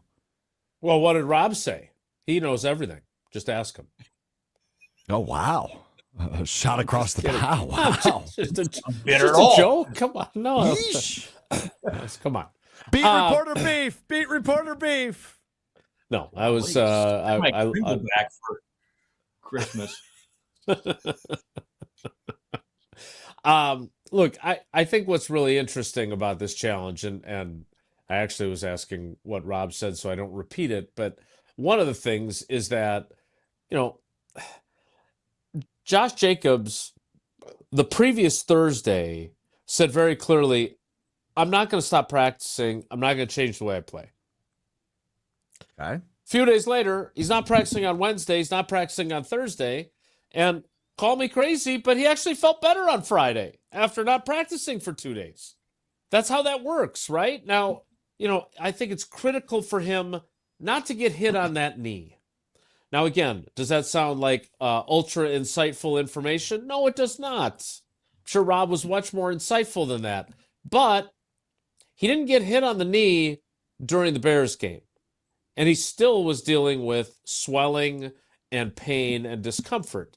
He got hit squarely on the knee in the Thanksgiving game by Brian Branch, and it was much worse to deal with. So, you can't, he's not going to change the way he runs. He's not going to favor that knee. I think it was Bill Huber from Sports Illustrated who asked LaFleur if there was any consideration to, hey, maybe we shouldn't play him and have him fresh for the Bears. And because like you're pointing out, it's also a 1 day shorter week, and LaFleur dismissed that out of hand. So what I thought was fascinating was yesterday the news of Emmanuel Wilson's illness. Like, there have been guys, the Bears' backup quarterback, Badgett, he was inactive today, right? Because he had an illness. We all remember how Christian Watson ended up playing in the regular season finale a year ago is because Romeo Doubs was sick.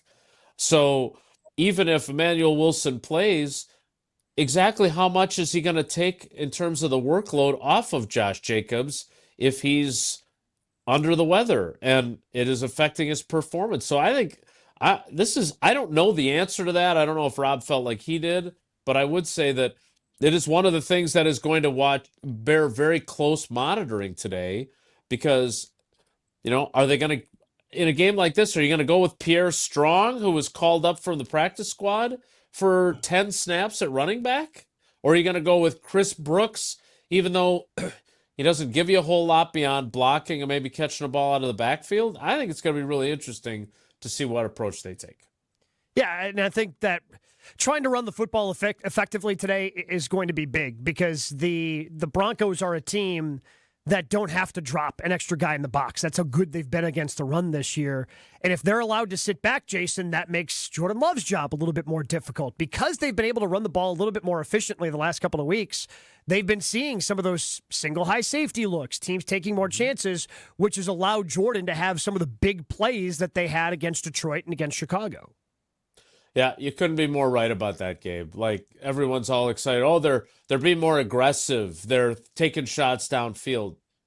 Well, right, because the defenses they're facing are amenable to that. Like when you don't see them taking a ton of shots down the field against two high safeties, right? Matt LaFleur is not going to violate his rules in order to do that just because people want him to be more aggressive. Yeah. Will be interesting to see as the Packers head to Denver to take on the Broncos today. Hey, download the Prize Picks app today. I knew that was going to happen. Use code GKB to get $50 in lineups after you play your first $5 lineup. That's code GKB to get $50 in lineups after you play your first $5 lineup. Jason, I'll let you take it from here. Prize Picks. It's right to be good, isn't it? It's good to be right. Very good from Jason Wilde. And speaking of good with Jason Wilde, yes or no, everybody's favorite game, America's favorite game. Who's everybody?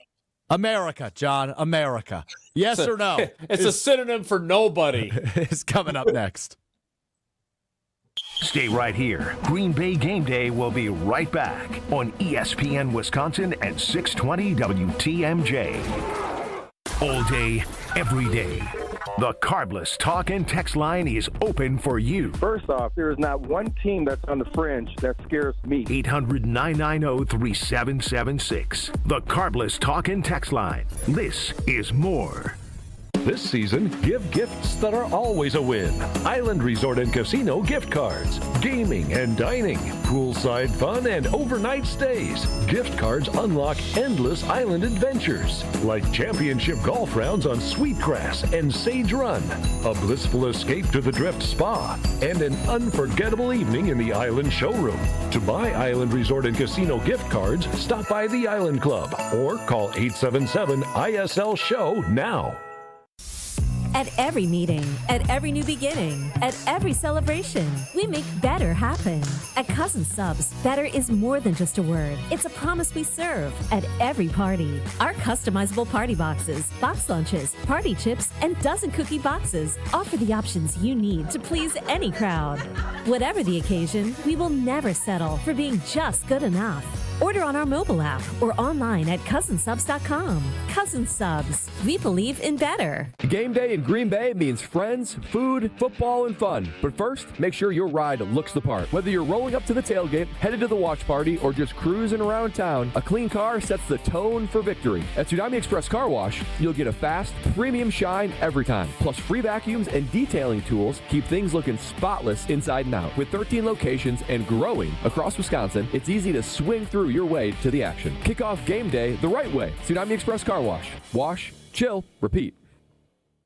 Change your grocery game plan to locally owned Century Foods, home of the best meat, freshest produce, and tastiest treats. And free groceries. Okay, just calm down. We'll get to that later. Stay tuned in right here to score free groceries. Stop, please. Okay, I'm shutting up. My lip is zipped.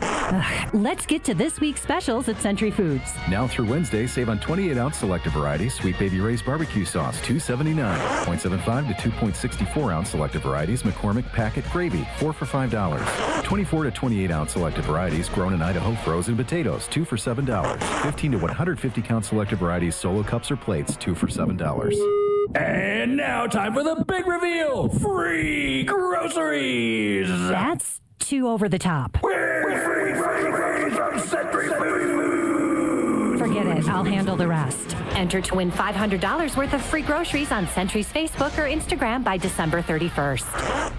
When winter hits Wisconsin hard, Safe Plow hits back. Founded by two locals who know winter inside and out, Safe Plow delivers no-tolerance snow removal, meaning they're on it before, during, and after every storm for hospitals, retail centers, and all businesses that can't afford downtime. From small driveways to massive parking lots, Safe Plow's dedicated team keeps your property clear, safe, and accessible, prioritizing handicap ramps and disabled parking every time. At Safe Plow, they handle the blizzard, you handle your business. Serving Madison, Milwaukee, and all of southeastern Wisconsin. Book now at safeplow.com.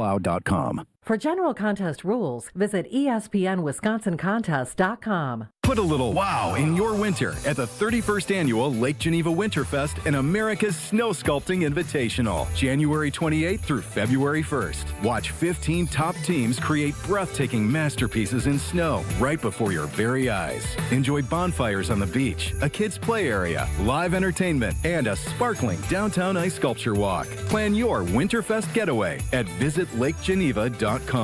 Lake Geneva, where it's always been the place for winter magic. You're listening to Green Bay Game Day, presented by Orthopedic Associates of Wisconsin on ESPN Wisconsin and 620 WTMJ.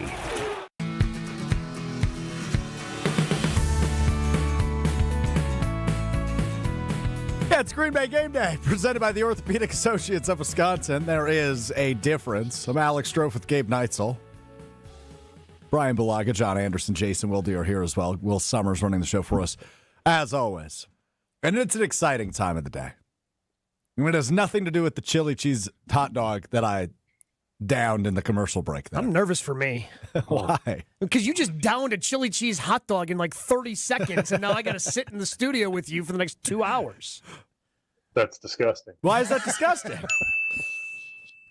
I mean, how do you do that in like 30 seconds? I mean, it's just... Well, so, Brian, as I'm sure you're learning, as radio professionals and content professionals, we get 4 minutes.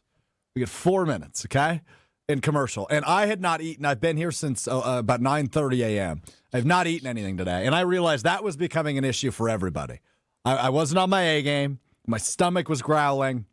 I needed to solve it. So we work next to a food hall.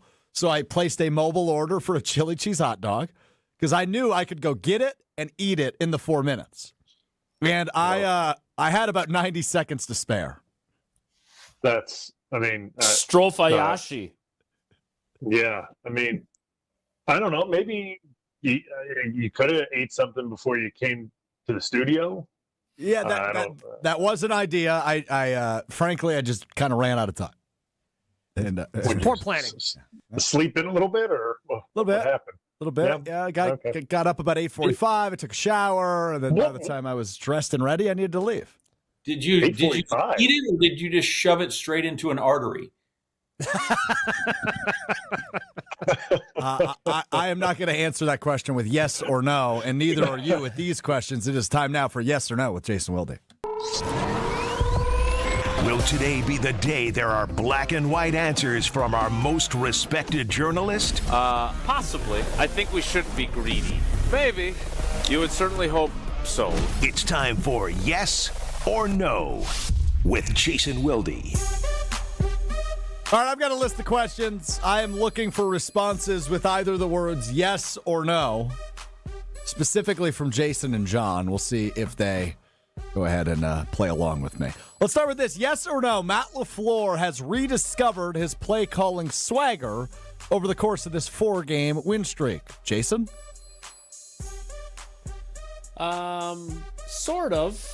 I'm not sure he had lost it so much as the voids created by injuries and then an offensive line that was inconsistent forced him to try and figure out on the fly the best way to call his offense. So that's actually a true maybe, and not just one that I'm forcing, because I think you could say both as Gabe shakes his head. Well, I honestly don't know, because I'm not play calling guy. Most people are frustrated if things don't work out with the execution. You don't know how many times a can play is a real can, how often it's a dummy can. To me, it's the health of the offensive line and the consistency of the offensive line. How many times have we heard Blue just talk about, having those 5 and having your 5 out there and how they can become one cohesive unit? John talked about it, and I need a hero. all 5 offensive linemen are his one hero because they play as a unit. And Anthony Belton's their best right guard. Don't know why it took him this long to figure that out, but he's their best right guard. And then Sean Ryan's been playing center better than Elton Jenkins was. Wow. And with those two being better and Aaron Banks being healthier, this offensive line's playing better than they were at any other point in the season, and that's opened up everything that they want to do because they're able to run the football more efficiently. So hold on, because I hear, I don't want to say a level of frustration, but almost a level of, Well, no, fans just do this every year with play calling, and I'm just not play calling guy. But I don't think anybody can be play calling guy because we don't know what the play call actually is, was, or was meant to look like. But you did take part in some of the Matt LaFleur criticism earlier in the season, yes? Correct. So again, I feel like most, if it's going to be critical of play calling, it's like run or pass, right? Oh, he's too predictable. Well, I don't understand what that means. But they were, because their offensive line was bad at run blocking, just constantly banging their head against the wall because they just, they've got 2 high safeties. We better run the ball here, even though they were terrible at it. Like, that was the frustration of just constantly running into a wall and then putting themselves behind the sticks and making it 2nd and 8 or 3rd and 7 and just putting themselves in advantageous situations. And that over and over and over again wasn't working. And now it's been working because they figured out the right combination that they need. So simply put, it's not Matt LaFleur necessarily rediscovering his swagger. It's the offensive line. It's the offensive line playing better. Got it. John Anderson, I go to you with the same question. I'm in the maybe I don't know category as well, only because I look at play calling a lot like my NCAA tournament picks, which are perfect every year, and it is not on me if the team cannot live up to my lofty expectations for them. Right? I'm pretty sure when Matt sends them in, the play is going to work, and if it is not executed properly, who is that on exactly? There are times when I think he baffles me, that he is aggressive in spots where you think he would be more conservative. But I guess maybe isn't that the idea of good play calling, is to, like the pitcher, you only need 2 plays, the one they're looking for and the one to cross them up. And sometimes he goes for the one to cross them up and baffles, I think, everybody. But it is, if it was a perfect science, then the first 15 that I think they do a pretty good job of would be great along the way. So I think this is a complete unknown for those of us that have not had to call whatever that really long, 25-word play call. By the way, Blue, how many of those words do you listen to when they bring in the play? How many of those are pertain to you? Not a bunch of them. I mean, there could be tags to it where there is like a fake can or a fake dummy or play action, or there's tags on it. There's tags on plays where like the backside guy could be man blocking and the rest of the people are zone blocking. So there's certain words you have to catch in each play call that you got to pay attention to. But once he goes through the formation, don't really care about that too much unless you got a tight end next to you. Then he goes through runner pass. You listen to the runner pass call. And then there's a lot of gibberish that happens a lot, like X ghost Y Z. Like you're just like, all right, like I don't care about any of that stuff. Like that, just what's runner pass? Which way are we going? What's the snap count? Like let's go. But that's a lot. That's why most of the time people would see the lineman breaking the huddle with Aaron before he was done calling the play, because like we're good. We got to get to the line. Like you're still drawing up stuff in the dirt.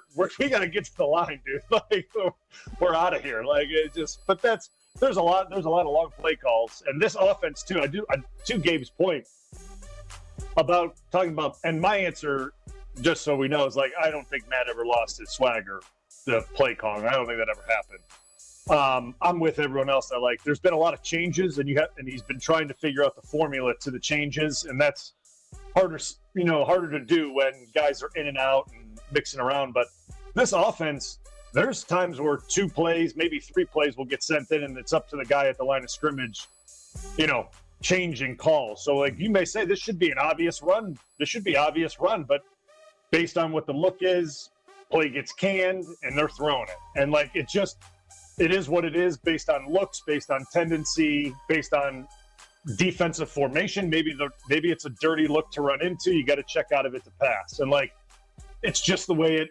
it works out at the line of scrimmage. So you may say you should pass it here. Well, that may be a really bad look to throw that play in, so we're checking it to a run. And like it's just the way things work out. Good discussion from that yes or no question. How about that? Maybe this segment does work. All right, stop patting yourself on the back and ask the next one. Yes, sir. Jason, yes or no? Wide receiver Christian Watson against cornerback Patrick Surtain is the most intriguing matchup in this game today. I think there's a lot of intriguing matchups in this game today.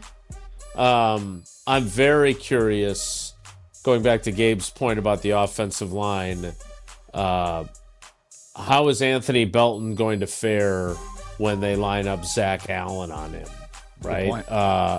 How are the tackles going to handle Benito Santiago, Nick Benito? I'm very curious. I've tried a couple variations on that. Against Benito Santiago. Yeah, he's La Isla Bonita is also one of my favorites because I'm a big Madonna guy. But the dude's really good. Even though they're tied, I would say that Micah Parsons is an echelon above Nick Bonito, but he's had back-to-back double-digit sack seasons, which is not easy to do in the NFL, as Rashawn Gary can attest. So he's a really good player. Who's the other guy? Owens. I always forget the other guy. It's like the three. It's like Seinfeld with the three tenors. You can never remember the other guy. The other guy.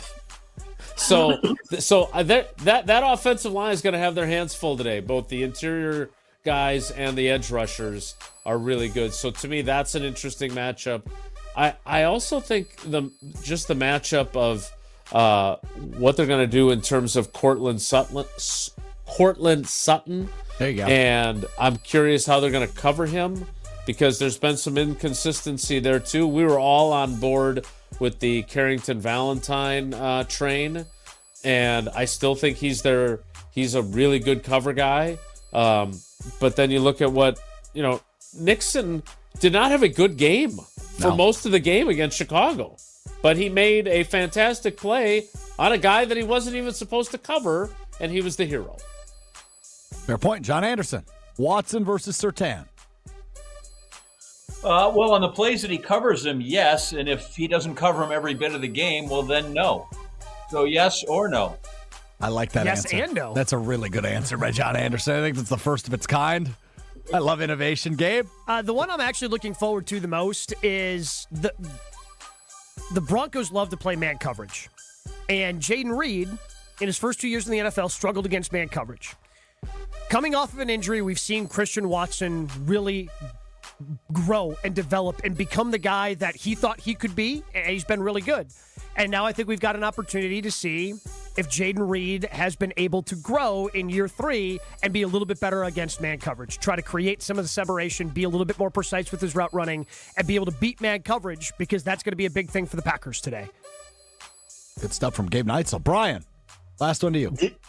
Yeah, I think there's too many good matchups to point out one. Like I said at the beginning, this is like a high-level NFC championship, AFC championship type game. There's more than one good matchup on the field happening on both sides of the ball at once. So, it's hard to say, that one or that one. There's tons of good ones that you're going to have to dial into and pay attention to. It's why the All 22 after the fact is going to be really fun to watch, because there's so many different, matchups on all different levels of this offense and defense that are going to be really fun to kind of look at, and can't pick one. Too big of a game, too many good players to just pick one. Yeah, no argument from me there. I just thought we should highlight that one because I feel like we haven't done a good enough job of it yet. That's one that really intrigues me. Green and Gold fans, it's game day. Kick off your tailgate with Bacardi, whether it's Bacardi and Cola, lime and soda, or spiced in Cola. Bacardi, your game day go-to. Grab a bottle at your local retailer. Live passionately, drink responsibly. Bacardi USA, Miami, Florida, rum 40% alcohol by volume. We will take a look at the injury report and get final thoughts and evaluation from our buddy Jason Wilde. Coming up on the other side, it's Green Bay Game Day, presented by the Orthopedic Associates of Wisconsin. Stay right here. Green Bay Game Day will be right back on ESPN Wisconsin and 620 WTMJ. The holidays are the perfect time to thank the people who make your business shine. At Alpha Custom Apparel, we help you create custom gifts and branded apparel that show true appreciation. Whether it's polished polos for your sales team, cozy quarter zips for employees, or thoughtful giveaways for your best clients. We make it easy with fast turnaround, creative options, and Midwest service you can count on. This season, give gifts that build pride and strengthen relationships long after the holidays are over. Visit alphacustomapparel.com and start your holiday gifting today. Oh no, there's only seltzer left, and it's passionberry almond fruit? Who comes up with these? Kick the aluminum can to the curb and mix up a cocktail you actually want with Tito's. It tastes great, it's gluten-free, and it's available in a variety of sizes for your convenience. The flavor abilities are endless. Tito's Handmade Vodka, the official spirit of whatever you want to drink. Distilled and bottled by 5th Generation Inc., Austin, Texas. 40% alcohol by volume. Savor responsibly. Welcome to Jackpot Land this fall at Potawatomi Casino Hotel. Play your favorite games with your Potawatomi Rewards card all fall to win your share of thousands in prizes each month and earn entries into the big December Jackpot Land prize drawings. Your October, November, and December entries all count. Win thousands in cash or reward play. Welcome to Jackpot Land, only at Potawatomi. More info online. Must be 21 and a rewards member to play. Hey, it's John McGivern here. You know I love Network Health. One of the reasons is that they're local and they understand how important that is. Their exceptional customer service isn't just words on a page. It's what they do. It's what they've always done for over 41 years. Call 833-7-NETWORK today. HMO and POS plans underwritten by Network Health Plan. Compensation has been provided for using this endorsement of Network Health.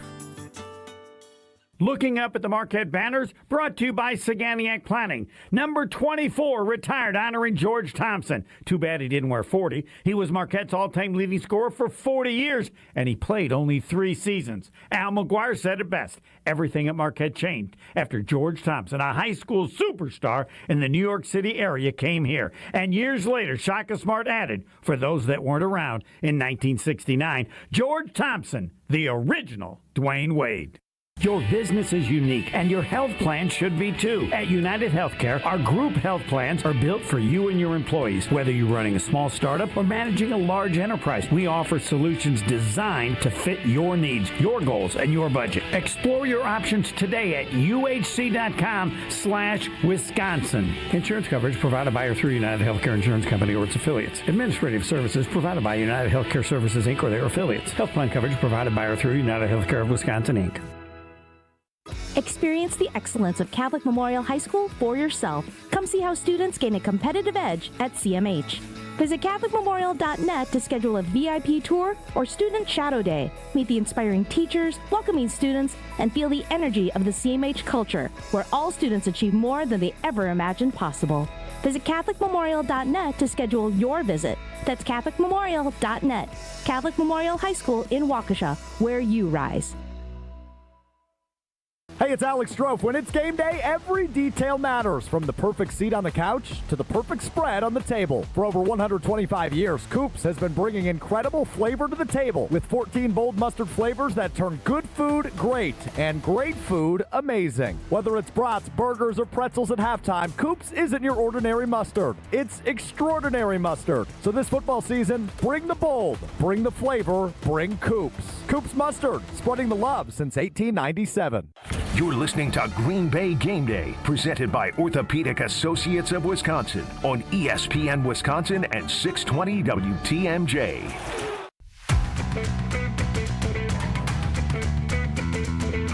And we continue here on Green Bay Game Day, which is presented by the Orthopedic Associates of Wisconsin. As is today's injury report.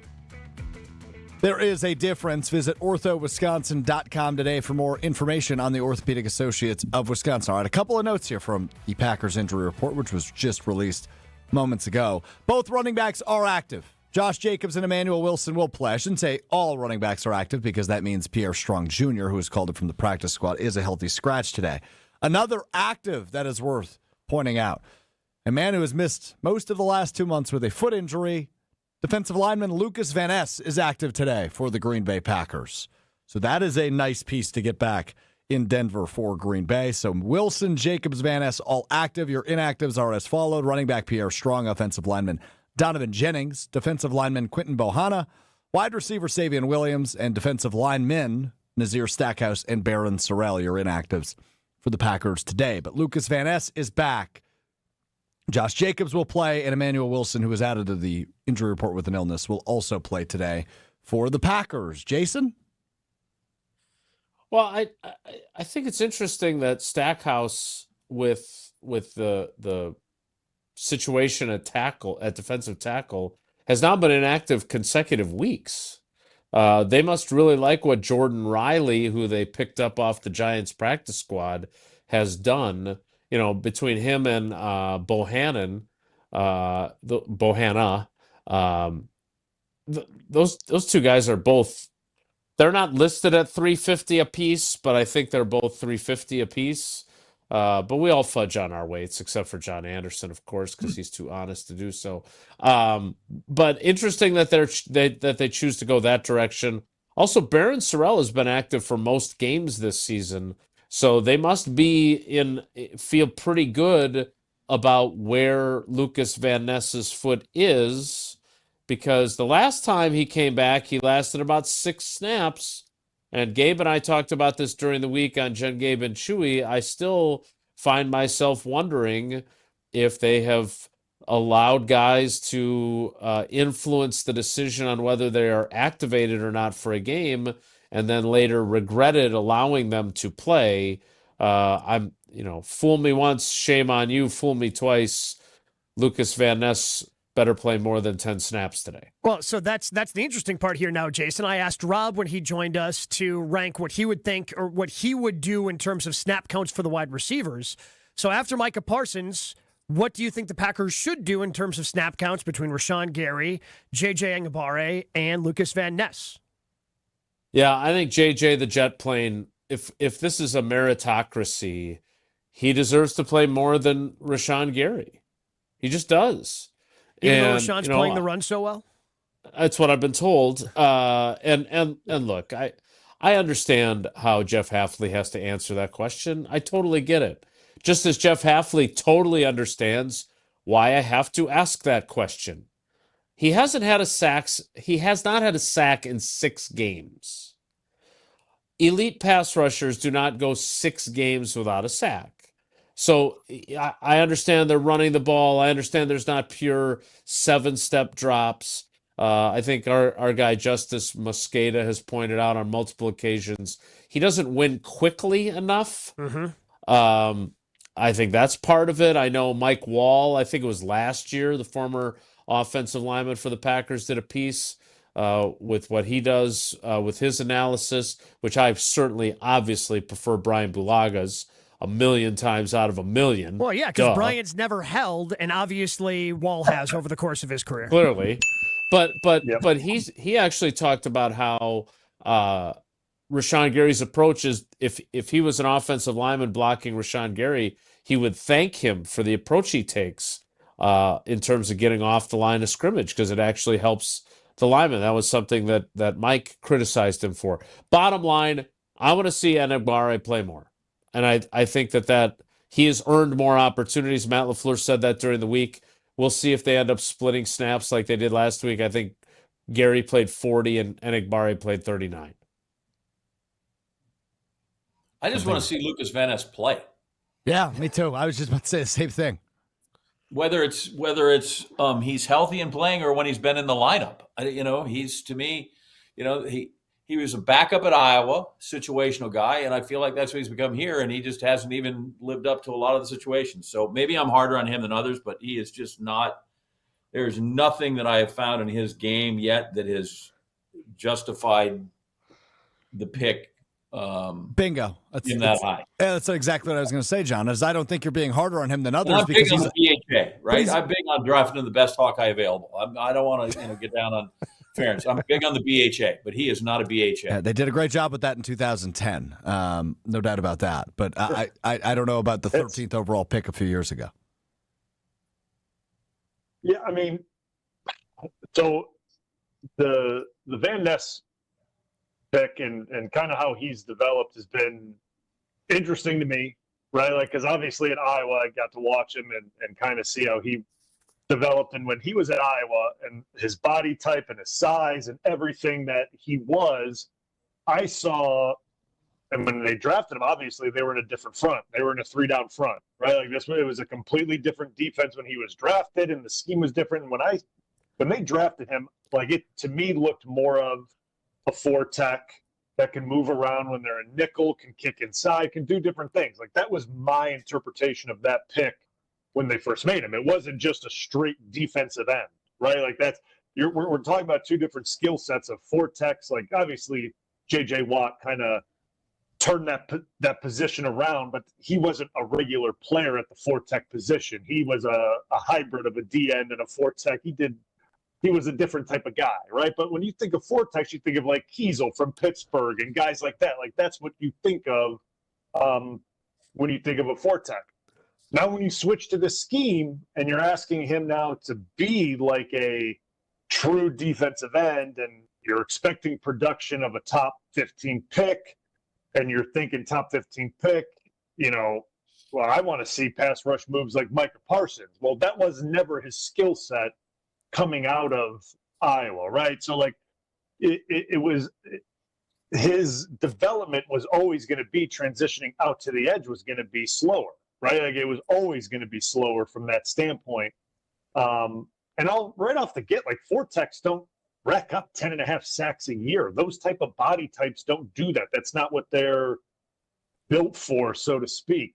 And then before he got hurt, I think everyone can agree, maybe I'm the only one, I thought he was playing well. Like I thought he was I thought he was playing well, and he was starting to try to like he was turning a corner a little bit, and he was really working well off of Micah and doing things like that. And then the injury happens and he's out for a while, and he plays 6 plays, and now here we are again. So I understand the criticism because, hey, you're picked where you're picked and you're expected to live up to expectations, and there's a lot that goes into that. But there's some nuances to that when you go back to when he was picked and the style of defense that he was drafted into, so to speak. So Brian, let me ask you a quick question. So they have the cheetah package, right? Which is whether it's Enigbare or Rashawn Gary at one end and obviously Parsons at the other. And the whole idea that they were excited about this year was playing Van Ness inside on 3rd down. Is that somewhere where you can see him excelling if he is back healthy and plays the final 4 games and into the playoffs? Is that somewhere where he can actually have an impact? Yes, I do, because I think he's big enough, right? He is a physically big enough guy that he can handle interior play. But I also think he has he's developed a good skill set of a defense because he's been training there, right? And has developed a defensive end type skill set to be quicker laterally than the guys on the inside, right? You could ask all the guards that I've ever played with. TJ said they hated the guys that were defensive ends that kicked into guard. So the Michael Bennett's and all those guys that would move from end and on 3rd down kick inside, they hated it because it's a completely different body type, and you're not really looking for that type of body type on certain situational football, like in 3rd down and long. Like you don't want that guy. You want the 330-pounder that just runs at you. You don't want the 295-pound defensive end that runs really well and has good hands and has power. So like he's a very good mismatch in those type of situations. And from where he was developing his pass rush moves, he was a bull rush guy, right? Like that, and that's what he was at Iowa. He overpowered guys. He had a good long arm, and he would work his long arm back inside and kind of swim back over, and he was very good at that. That's hard to do at the NFL level against NFL tackles, like all the time. Like because NFL tackles, like we would prefer you try to run down the middle with a long arm. Eventually, we'll sit on that. We'll end up short setting you. We'll get our hands on you quick, and we'll beat that quick. So he started to develop a little bit more of, run counters to things before he got hurt, and then he gets hurt, and you don't know what you're going to get, right? That when you come back from this type of injury, and obviously now you're nursing a foot too. It's kind of it's an interesting situation that he's in. But I do think if he kicks inside, especially on these cheetah packages, and he gets the 20 snaps or whatever it may be, it's not going to be a lot. There's no way it's a lot of snaps. It just won't be. I think he can be very effective in there, especially when you have Micah next to you or whoever the other defensive ends are. Extremely effective. And based on where the center slides, him looping around and going to the weak side of where the center slides, like there could be a lot of ways they can work him and get him home, essentially, without having him to be an elite pass rusher like Micah. No one's like Micah. That's why I think that's where Packer fans need to understand. Rashawn's not Micah. Van Ness is not Micah. There's not many Micahs in the NFL. Like Cleveland has one. Like I've said this a million times. Cleveland has one. Obviously, like TJ Watt, when he's healthy, he's one of them. The two guys down in Houston, they're very good. Like there's not many Micahs in the NFL. So you can't expect every guy to look like Micah when he's ripping off the edge. It just doesn't work. Very good stuff, as always, from our buddy Jason Wilde, who you hear each and every weekday from 9 to noon on Wilde and Tausch. Make sure you leave Chad a note in the office, in the facility you're in, saying thank you. I took his business card. I'm going to drop him a note and maybe with a screenshot of the five of us knuckleheads with me emanating from his office. Very good. Jason, we'll be hearing you on Green Bay Game Night tomorrow at 9 o'clock on Wilde and Tausch. Thanks, buddy. All right, let's go Heats. Last game before I head back to watch the game. So big one for the Heat. All right, guys, take care. Be good. Heat culture indeed, as this sweatshirt reads on YouTube at ESPN Milwaukee at ESPN Madison. Coming up next, we'll take a look around the NFL and the NFC North here in Week 15 of the NFL season, and a ton more to come in the 2 o'clock hour, which will start about 2:15. Good clock management by me when Jason Wilde joins us right here on Green Bay Game Day. Stay right here. Green Bay Game Day will be right back on ESPN Wisconsin and 620 WTMJ. Is back pain slowing you down? The OAW Spine Center offers specialized care with advanced treatments for herniated discs, spinal fusion, and more. Their board-certified orthopedic care specialists use the least invasive methods, starting with non-surgical options. If surgery is needed, they provide minimally invasive procedures. The OAW Spine specialists focus on getting you back to an active lifestyle faster. The OAW Spine Center. There is a difference. Visit OAWSpineCenter.com. Are you looking for reliable transportation this holiday season? I've got you covered. Hey, it's Jen Latta from ESPN Milwaukee. With holiday parties, family gatherings, and year-end events on the horizon, I trust Accutrans Group to handle all my private transportation needs. Whether it's a corporate function or a festive celebration, Accutrans gets me there safely and on time. As a veteran-owned business, they pride themselves on top-notch service that you can count on. Booking is easy, stress-free, and reliable. Just visit AccuTransGroup.com to reserve your holiday ride today. That's AccuTransGroup.com. Hey, it's Gary Ellison for Wisconsin Indoor Golf Center. Looking to escape the cold or take a midday break?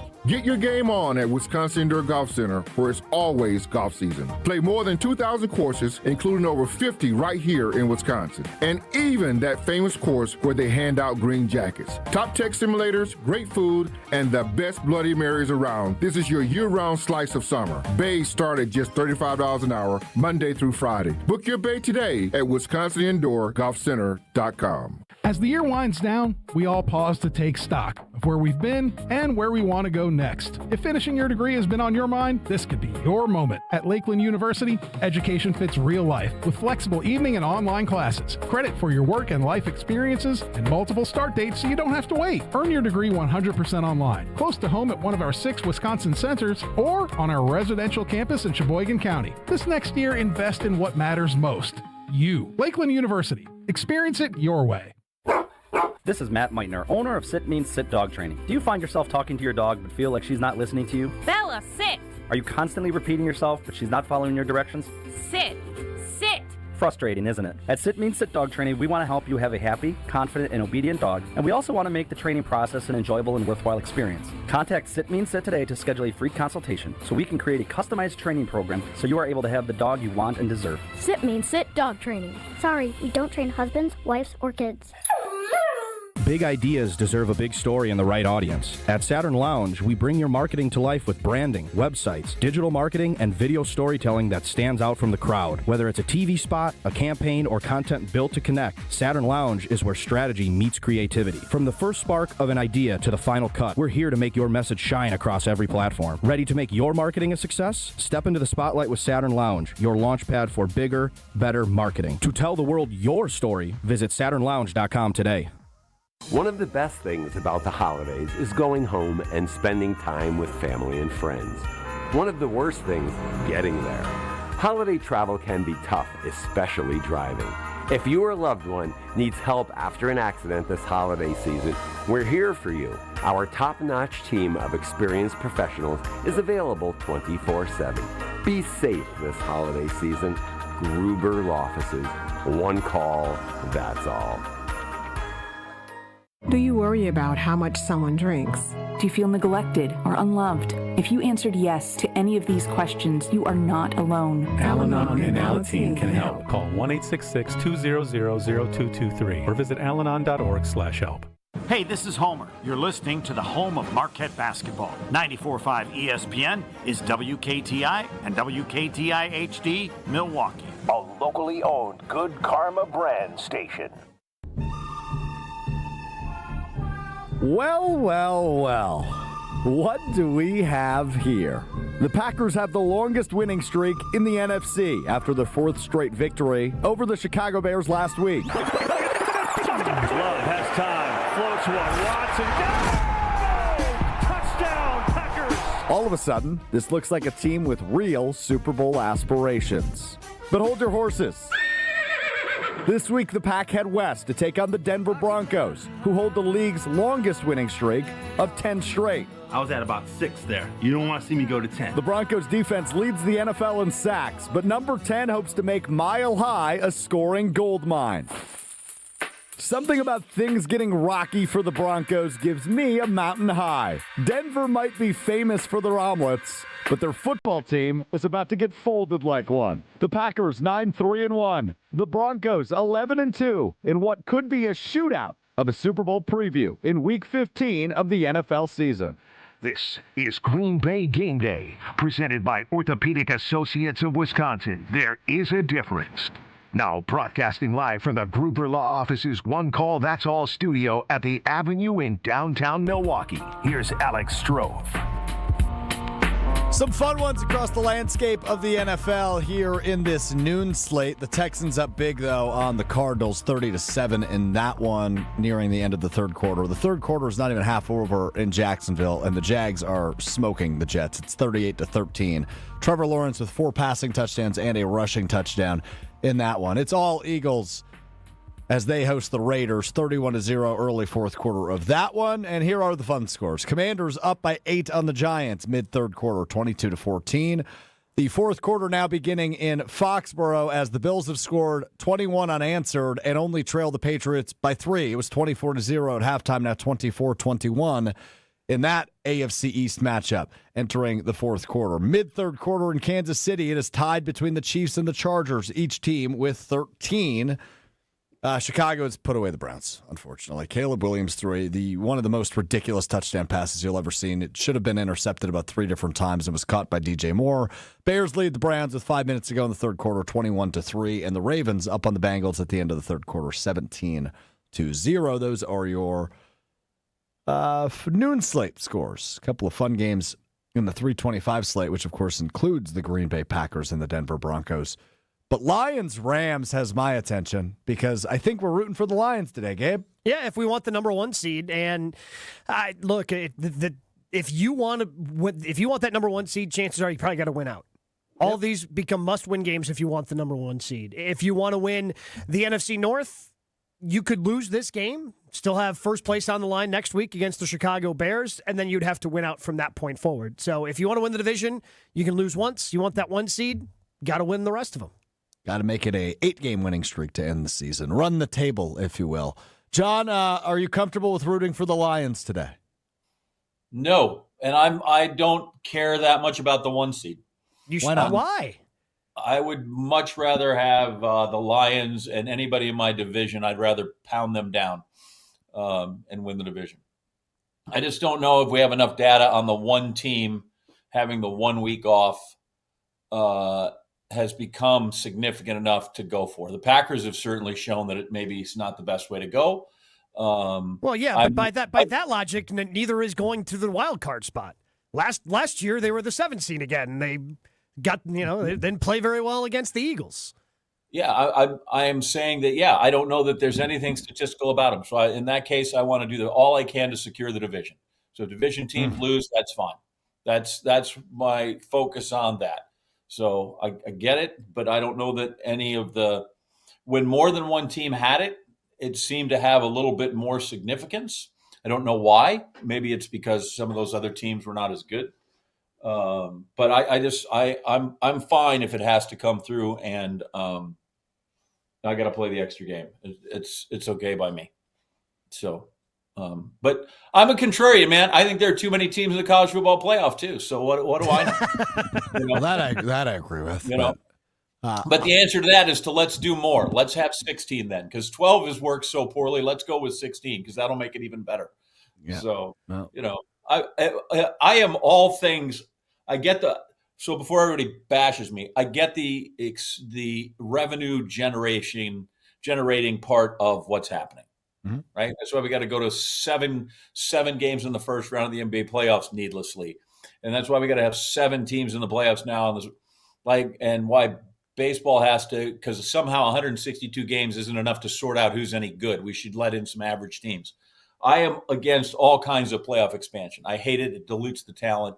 It dilutes who gets in there. It ruins the regular season, all that other thing. So that's my I'll get over it. All I know is that the idea of if it's bad, we should add more doesn't seem to be the best way to make it. Hey, I know you're an alcoholic. I can solve this for you. Drink more. That'll be perfect. I can get behind you on that. I make the playoffs harder to get into, not easier. Yeah, should be hard to get in, right? That seems to me that's what I don't get. It should be hard to get in. I don't think there's anything wrong with that.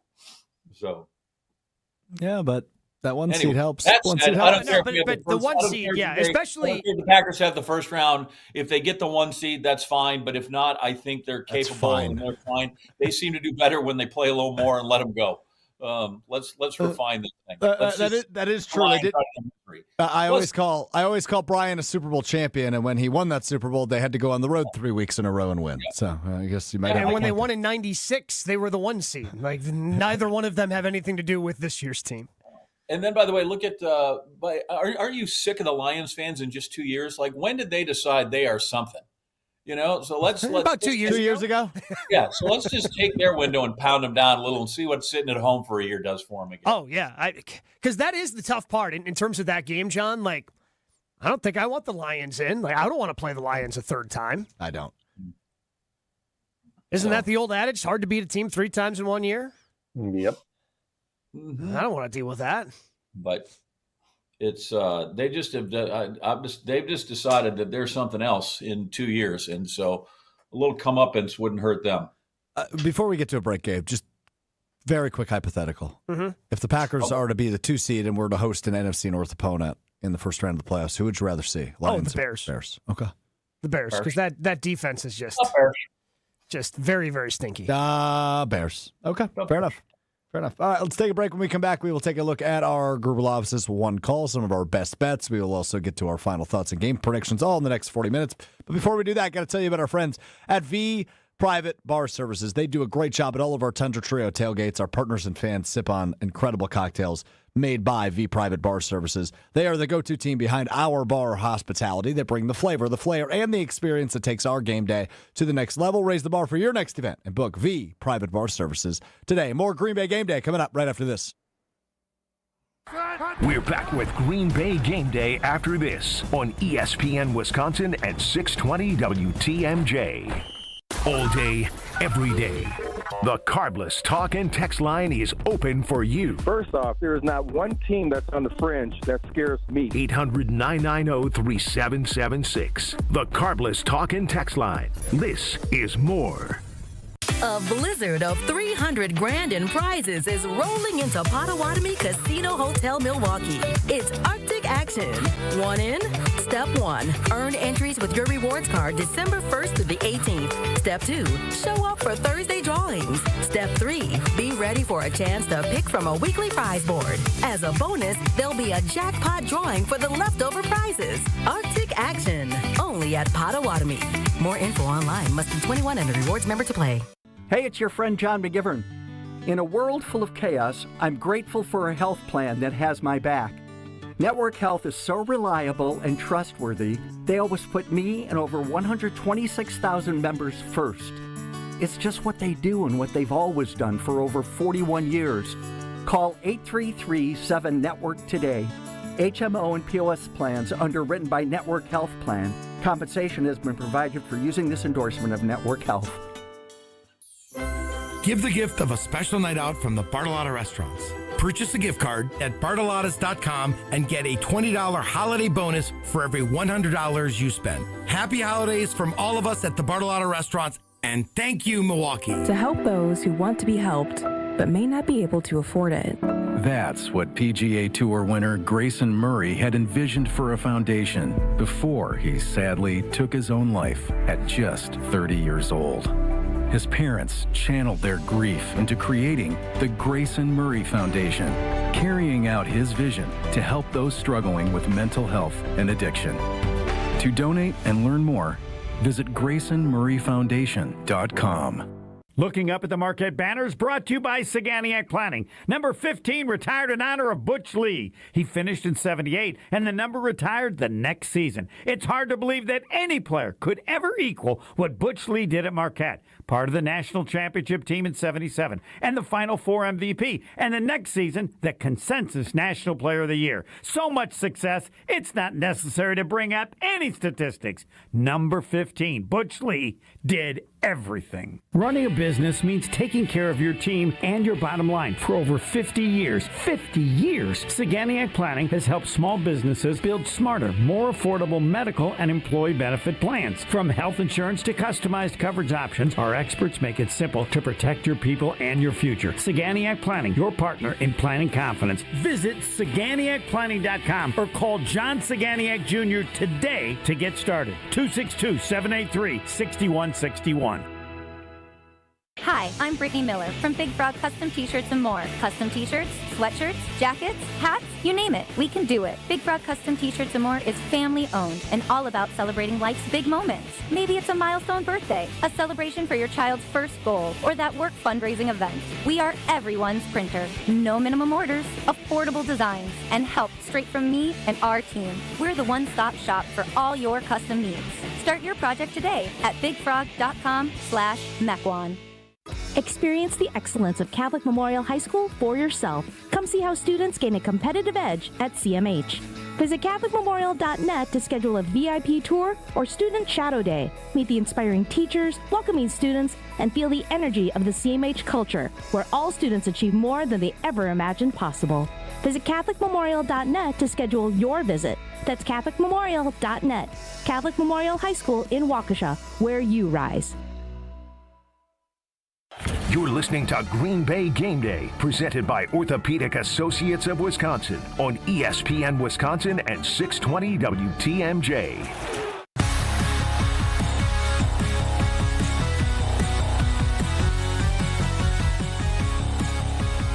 Green Bay Game Day presented by the Orthopedic Associates of Wisconsin. There is a difference. Alex Stroh, Gabe Neitzel, John Anderson, Super Bowl champion Brian Bulaga with you. Had a Packers-Broncos just under an hour away from kickoff. No fireworks for road games, thankfully. I didn't get spooked this week.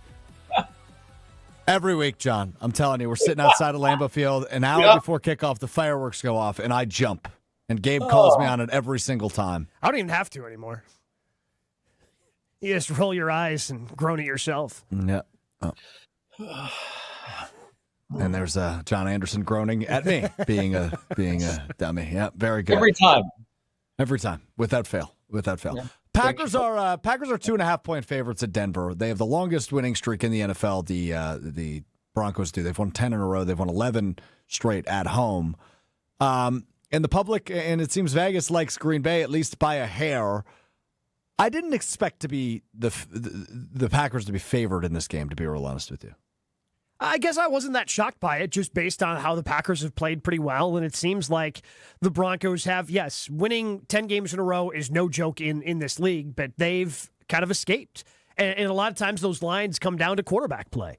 How well's your quarterback playing versus the other team's quarterback? And Bo Nix, I don't know if he's necessarily regressed this season. I just don't think he's taken the step forward that Sean Payton was hoping that he would. Yeah, I agree. And they're doing a lot of this with their defense. I mean, last week, if they don't get a punt return for a touchdown, which those words should probably make you nervous if you're a Packers fan, if they didn't have a punt return for a touchdown last week by Mims, they don't beat the Raiders. And, that's what the difference between beating the Raiders last week was for them. So their offense hasn't been playing at a high level of efficiency, and I think it's just that simple. Jordan Love has looked good, especially on a nationally televised game against the Lions on Thanksgiving, a game that was featured to most of the nation last week against the Chicago Bears, and that's enough for them to be the favorites heading into today's game. So I don't know if we should be impressed that in these 10 wins, they've been behind in so many of them, that there's overtime wins. Everything other than one or two of them is these one possession games. They've done it against horrible teams and still eked out wins.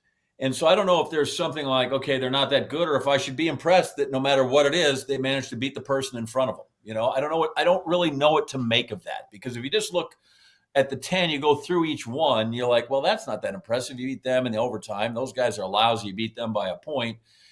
And then by the time it adds up, you're like, wait, now they've won 10 in a row. And so maybe I should be impressed, even though not single one of those victories has really overwhelmed me in terms of how great I thought they were. Especially as of late, to your point. Yes, right? I don't know if I've made my point there, if anybody sees it, right? But just each individual game, you're like, golly, how'd they escape that? They're not that great. And then 10 in a row is like, that's really great. Well, I'll go to the guy that played and won more than 10 in a row in the 2011 season. Winning is just winning, right, Brian? Yeah, that's normally the way I looked at it. And I understand there were some games that Denver has played like that snooze fest of a Thursday night game against Vegas. Ooh. I think it was a Thursday game that they played. Right, 10-7. Yeah, I mean that's just absolutely horrid. That's like barn. Yeah, like that's horrid. How they came back against the Giants, I'm not sure how Daboll pulled that one off. You just there's a couple of them that you just look at and you're like, I don't understand. Like, even if Denver's really good, which I think they're a good team, I don't know how teams allow that to happen, right? There's some user error there on the other side of on the opposite side of the field, that there's some issues going on, right? So to say they haven't beaten anyone, Kansas City certainly isn't Kansas City that we're accustomed to seeing year in and year out. I think that's pretty evident, and I wouldn't say that was a walk-away game either, right? In Denver. So, they've – and I think this speaks to, everyone's point that, defensively is what's been keeping Denver together here, right? That's the thing. So, if you're really able to apply pressure to them offensively, which I think Green Bay's defense it has all the tools and all the players and everything necessary to do that, it could free up our offense to play a little bit looser and get the job done. That's just my opinion on it. Because there's nothing like playing up against a really good defense and having an offense that's also really good. That you're going against. Oh my gosh!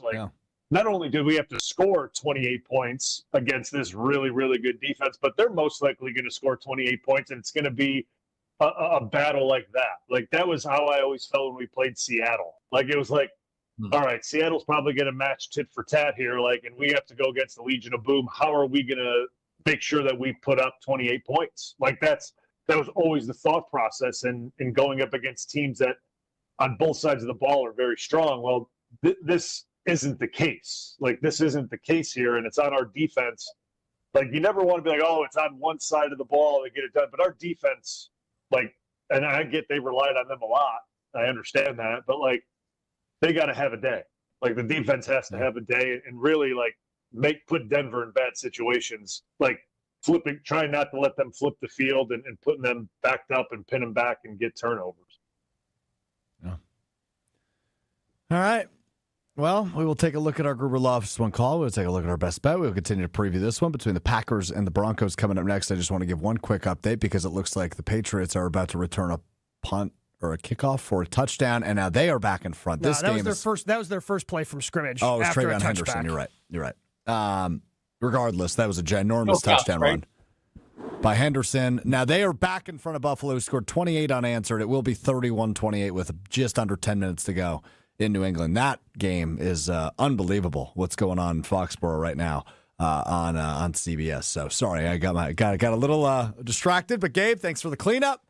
What a game! What a game! All right, Packers Broncos. We're back on that coming up next as we look at our one call that's all and our best bet. That is next on Green Bay Game Day. We're back with Green Bay Game Day after this on ESPN Wisconsin at 620 WTMJ. One of the best things about the holidays is going home and spending time with family and friends. One of the worst things, getting there. Holiday travel can be tough, especially driving. If you or a loved one needs help after an accident this holiday season, we're here for you. Our top-notch team of experienced professionals is available 24/7. Be safe this holiday season. Gruber Law Offices. One call, that's all. Oh no, there's only seltzer left, and it's passionberry almond fruit? Who comes up with these? Kick the aluminum can to the curb and mix up a cocktail you actually want with Tito's. It tastes great, it's gluten-free, and it's available in a variety of sizes for your convenience. The flavor abilities are endless. Tito's Handmade Vodka, the official spirit of whatever you want to drink. Distilled and bottled by 5th Generation Inc., Austin, Texas. 40% alcohol by volume. Savor responsibly. A father faces homelessness.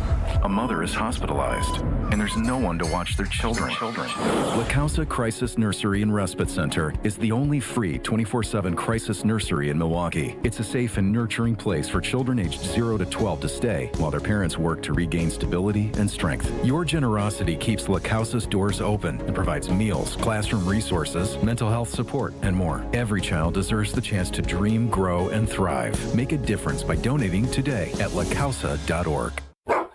This is Matt Meitner, owner of Sit Means Sit Dog Training. Do you find yourself talking to your dog but feel like she's not listening to you? Bella, sit! Are you constantly repeating yourself but she's not following your directions? Sit! Sit! Frustrating, isn't it? At Sit Means Sit Dog Training, we want to help you have a happy, confident, and obedient dog, and we also want to make the training process an enjoyable and worthwhile experience. Contact Sit Means Sit today to schedule a free consultation so we can create a customized training program so you are able to have the dog you want and deserve. Sit Means Sit Dog Training. Sorry, we don't train husbands, wives, or kids.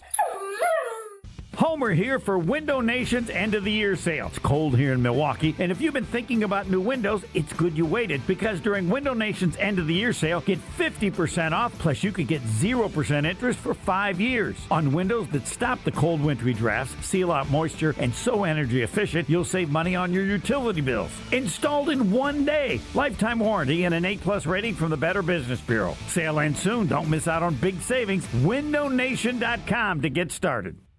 It's the holiday season, the best time of the year for sports. Bowl games, basketball matchups, playoff pushes, it's all happening at once. Hey, it's Mark Tauscher with ESPN Wisconsin, and there's one place where it always feels good to be right. Prize Picks. It's the simplest way to play daily fantasy. Make your player picks in less than 60 seconds. Just choose more or less on at least 2 player stats. You get them right, you can cash in. And new this season, early payouts. If your lineup gets off to a hot start, you might be able to cash out before the game even ends. And with stacks, you could pick the same player up to 3 times in one lineup, like more on Giannis's rebounds, points, threes, assists. You can only do that on Prize Picks. Deposits are fast and easy with Venmo, Apple Pay, MasterCard, and more. Download the Prize Picks app today. Use code WI to get $50 in lineups after you play your first $5 lineup. That's code WI to get $50 in lineups after you play your first $5 lineup. Prize Picks. It's good to be right. Put a little wow in your winter at the 31st Annual Lake Geneva Winterfest and America's Snow Sculpting Invitational, January 28th through February 1st. Watch 15 top teams create breathtaking masterpieces in snow right before your very eyes.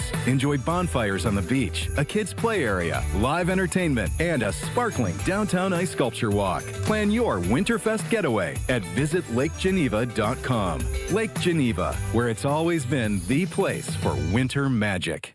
You're listening to Green Bay Game Day, presented by Orthopedic Associates of Wisconsin on ESPN Wisconsin and 620 WTMJ.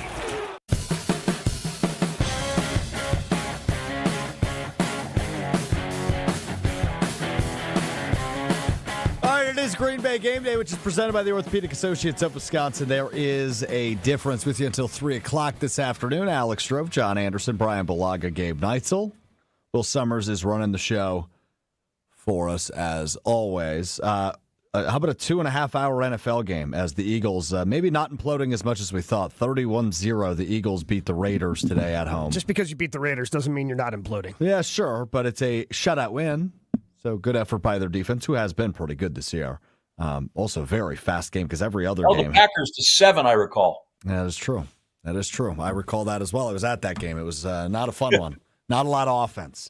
It was the best seats I've ever had. I was sitting in the end zone, hoping we were going to get a Lambeau leap. That was the only end zone that there was no touchdowns in. So, yeah, good stuff. So there were only 2 to choose from, but I get it. And they both happened on the other side of the field. That time you were waiting for the fireworks, and they never happened. Yeah, bingo. There you go. Yep, good call back there by John Anderson. Okay, let's take a look at our Gruber Law Offices one call. Each of us make a prediction for the game ahead. Gruber Law Offices has a reputation for winning. Their experienced and powerful team works tirelessly to help people and families seriously injured in accidents by providing the best care and service. There is never a fee until your case is won. Gruber Law Offices has been serving the people in the state of Wisconsin for over 35 years. Gruber Law Offices, one call. That's all for Gabe Neitzel. I'm going to go Micah Parsons, shutout last week, won't be shutout this week. He's going to have a sack and a half in today's game. Going to be able to get after Bo Nix, get after that offense, because I think the Packers are going to force them into some passing situations. This is a team that was able to run the football earlier this year, but just with R.J. Harvey, they haven't been as consistent as when J.K. Dobbins was available to them. I mean, Dobbins was up over 5 yards per carry, Harvey under 4. And it doesn't seem like a lot, but in NFL standards, that is a lot in terms of your efficiency numbers, and they just haven't been able to be as efficient with R.J. Harvey. So they're not going to be able to run the football, I don't think, and that means Mike and those pass rushers are going to be able to pin their ears back. I love it. Let's go to Brian Bulaga, your Gruber Law Office's one call. Yeah, I'm going to stay on that side of the ball, and I think with sacks, when sacks happen, sometimes turnovers happen. So I'm going to go with 2 turnovers from the Packers defense today. I think they turn them over twice. Pick, fumble, whatever, doesn't matter. I'm not going to predict which one. That's not my job to do that. It is to just predict that there's going to be 2 turnovers by the Packers defense, because I think this is a day where more than one is going to be needed. So that's where I'm going with this. I like it. Defensive first. Gruber Law Office's one call today. John Anderson. Man, that's I was hoping you were going to pick on me. Weren't going to pick on me first, so I could delegate my time to the other 2. And as you still come back to me, I am still stymied as to what exactly, like, how this thing's going to look. Because turnovers, like, it's good the Ball King's back for Brian. That's why I just can't figure out that there's going to be anything with what I think is going to be this slog up front, which naturally means, right, it'll be 48-47. But just this fight up front, like, what's going to be distinguishing characteristic, or what is it that's going to be? Because I think, well, I like the idea that Watson's going to continue his surge. That's kind of the most and part of that, I think, is because they need to make sure that happens, right? Mm-hmm. We go circle all the way back to Matt LaFleur's play calling. I think they need to continue to do that, because I just think not only is he the best, he can affect the game so many ways and make it. He's one of these guys. He can make it easier for everybody else if he's doing his thing well. And we kind of have thought of him as the speedster originally, and he'll play anywhere and catch anything at any time, which is amazing. So I don't know that I can just say Christian Watson's going to be amazing. I don't know, you can go to the Vegas window with that. Hi, I'd like to put 100 on Christian Watson being amazing. What is that going to be? So what that looked like, I don't know. But much like Brian, if we got to have 2 turnovers, then I feel like you got to have a touchdown from Christian Watson and 4 or 5 catches that aren't like for 32 yards. They've got to be 4 or 5 catches that gets him into the 75, 80 range for that offense to be sort of effective in this whole thing. And as much as we've been sharp on defense and the trenches, because I think it's going to be so mucked like that, like I feel like that really increases the pressure on the skill position guys then to make sure that you don't drop a ball because you're not going to have that many chances. Mm-hmm. Or if you get a crease, that you got to get through that thing and, not die easy on the back end of it, because I just think opportunities are going to be so minimal with how good the defensive lines are in this thing, that it's going to be even more incumbent on them to be at the top of their game, even if they don't get as many chances as we'd like them to have. Yeah, I hear you on that. If you want to go to the Vegas window on that, John, his over-under prop today is 53.5. So you like the over for Christian Watson? I think it needs to be over if they're going to do that. Yeah, so I'll go, like if we're prop betting, I think he needs a touchdown. He's got to be over 53.5. I like it. Quick NFL note. Myles Garrett, 1 sack away from breaking the single-season record. Got his second today on Caleb Williams.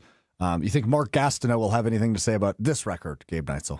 No, I don't think so. As he did with Brett Favre and Michael Strahan back in 2007. Yeah. Let's see what Strahan does, though, if next week, whoever he has, and maybe there's a chance that Williams will fall over for him on purpose here in the last 12 minutes of the game. But let's see what happens if that's how it goes. Yeah, that's true. The crazy part is, even though we have the 17th game, like he's going to do it less than 16. Yeah, that just tells you how absolutely dominant he is. You talked about there's not many Micahs. Have you seen that guy's like this year? It's ridiculous because it's not just 20 sacks. He's got like 30 tackles for losses and actual tackles, which sometimes like his line this year is absurd. The season that guy's having, unbelievable. Yeah, Micah's been fantastic, and he has no chance at winning the Defensive Player of the Year. Like, it's already wrapped up. Like, this thing's done. It's over with. Mm-hmm. I mean, he may end up setting a benchmark in sacks that will never be touched. Can't be touched. Mm-hmm. Real possibility for that. Yeah, because he's averaging 2 sacks a game. But he had a couple games where he had 5 sacks. It's unbelievable. He's at 21.5. So they just ruled. So the second sack he had, he shared. So he's got 1.5 now today. So he's 1 away from tying, 1.5 away from breaking. But he's at 21.5 on the season. Thought it was 22 when I initially said that. Now down to 21.5. Regardless, he's played. This is his 14th game. So it's just under 2 a game. That's bizarre. Yeah. Because, we're witnessing it in Green Bay, right? When you have such an elite pass rusher and somebody that can get after the quarterback so successfully, it's a complete game changer. Unfortunately, Cleveland is just not a winning team. No, he's about all they got going for him right now.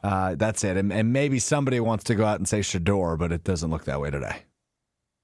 No. He's about the only thing they got going for him. All right, real quick, want to take a look at my best bet. I finally got a win last week, by the way. I'm going to take the victory lap on that one. The Island Resort and Casino, premier resort destination, the largest north of Milwaukee, with everything you like to do in one awesome location. Visit islandresortandcasino.com to book your total experience today. I think Josh Jacobs is playing, and he's going to play his normal self, despite missing a few practices this week. I've got him over 61.5 yards rushing. That would be impressive because that's, again, this is a team that only averages 3.7 yards per carry. That means the offensive line is really pushing some bodies around. It's been tough sledding against this team this year in terms of running the football. So I hope you're right, because I think that is a big key to the Packers. If Christian Watson wants to look like Christian Watson, I think the Packers do need to have some success running the football. Yeah, so that's where I'm placing my money today. With our friends at the Island Resort and Casino. My best bet, that will go to Josh Jacobs over on rushing yards, because I think he is still going to get involved and going to need to get involved if the Packers want to go on the road and win. Well, they've only won one time ever, and that was an overtime game in 2007. Let's test Gabe Neitzel's memory, and John Anderson as well. Probably a little bit before Brian was paying attention to what happened with the Packers in 2007. How'd they win that game in overtime? Oh, Greg Jennings. What'd he do? It was an 80-yard touchdown reception, first play of overtime. 81 yards, but very, very, very good. I was hanging out at the... very good. I was hanging out at the Ticket in Platteville. The Ticket. The Ticket. The lone All I know is that was the first of many times they got over on Jay Cutler. Probably with my brother. Good chance your brother was there. Yeah, good chance. Most likely. Amazing. Hey, you and Brian's brother played baseball together? That's correct. Yeah, at Platteville. Mm-hmm. Yep. Wow. The Ticket. Yeah, it's like the one sports bar in Platteville. Does it still exist? I haven't been to Platteville in a very long time, so I'm assuming so. Because again, people would always go there for games. Yeah. Huh. It's a good name for a sports bar, The Ticket. I like that. All right. Hey, that was There's our 72 radio stations. Yeah, well, at least, by the way, at least, yeah. The trivia brought to you by Lakeland University, Wisconsin's leader in flexible, personalized education. Whether you're just starting college, finishing your degree, or balancing work and family, Lakeland lets you earn your degree your way. Lakeland University, experience it your way. I'm starting to learn week by week that Gabe Neitzel's memory is incredible. He was sitting at the bar, probably, having a few libations, but still remembers the exact yardage in which Greg Jennings came through for the Packers in that one. All right, we will wrap up Green Bay Game Day coming up next with our final thoughts, evaluations, and predictions at a Packers-Broncos Super Bowl preview. We will talk about that coming up next. Stay right here. Green Bay Game Day will be right back on ESPN Wisconsin at 620 WTMJ. All day, every day. The Carbless Talk and Text line is open for you. First off, there is not one team that's on the fringe that scares me. 800-990-3776. The Carbless Talk and Text line. This is more. This season, give gifts that are always a win. Island Resort and Casino gift cards, gaming and dining, poolside fun, and overnight stays. Gift cards unlock endless island adventures, like championship golf rounds on Sweetgrass and Sage Run, a blissful escape to the Drift Spa, and an unforgettable evening in the Island Showroom. To buy Island Resort and Casino gift cards, stop by the Island Club or call 877-ISL-SHOW now.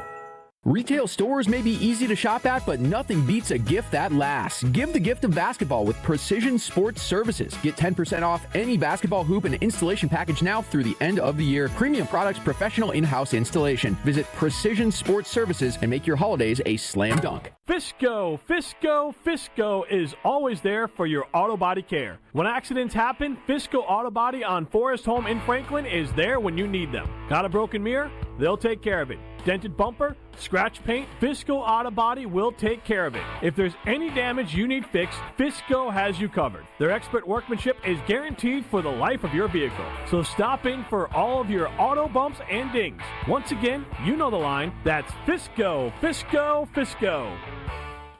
Experience the excellence of Catholic Memorial High School for yourself. Come see how students gain a competitive edge at CMH. Visit CatholicMemorial.net to schedule a VIP tour or Student Shadow Day. Meet the inspiring teachers, welcoming students, and feel the energy of the CMH culture, where all students achieve more than they ever imagined possible. Visit CatholicMemorial.net to schedule your visit. That's CatholicMemorial.net. Catholic Memorial High School in Waukesha, where you rise. Want your brand to turn heads and win hearts? Captivate Exhibits can bring your brand to life by transforming lobbies, creating history walls, and beautifying facilities. For over 32 years, Captivate has been the MVP of trade show exhibits and workplace design and fabrication. Let Captivate craft immersive branded environments that tell your story boldly, beautifully, and with purpose at events and around the office. Score big by making your next event or your own space unforgettable. Create something legendary by getting started today at CaptivateExhibits.com. This winter, upgrade your home and your savings with Exterior Pros and Baths. New windows, roofing, siding, or a stunning bath makeover. Get it done now and get $3,000 off your project. That's right, $3,000 back in your pocket during our biggest year-end blowout. Call 262-800-4274 or head to extpros.com. Don't wait. These holiday savings melt away fast. Exterior Pros and Baths. Your home upgraded for the holidays.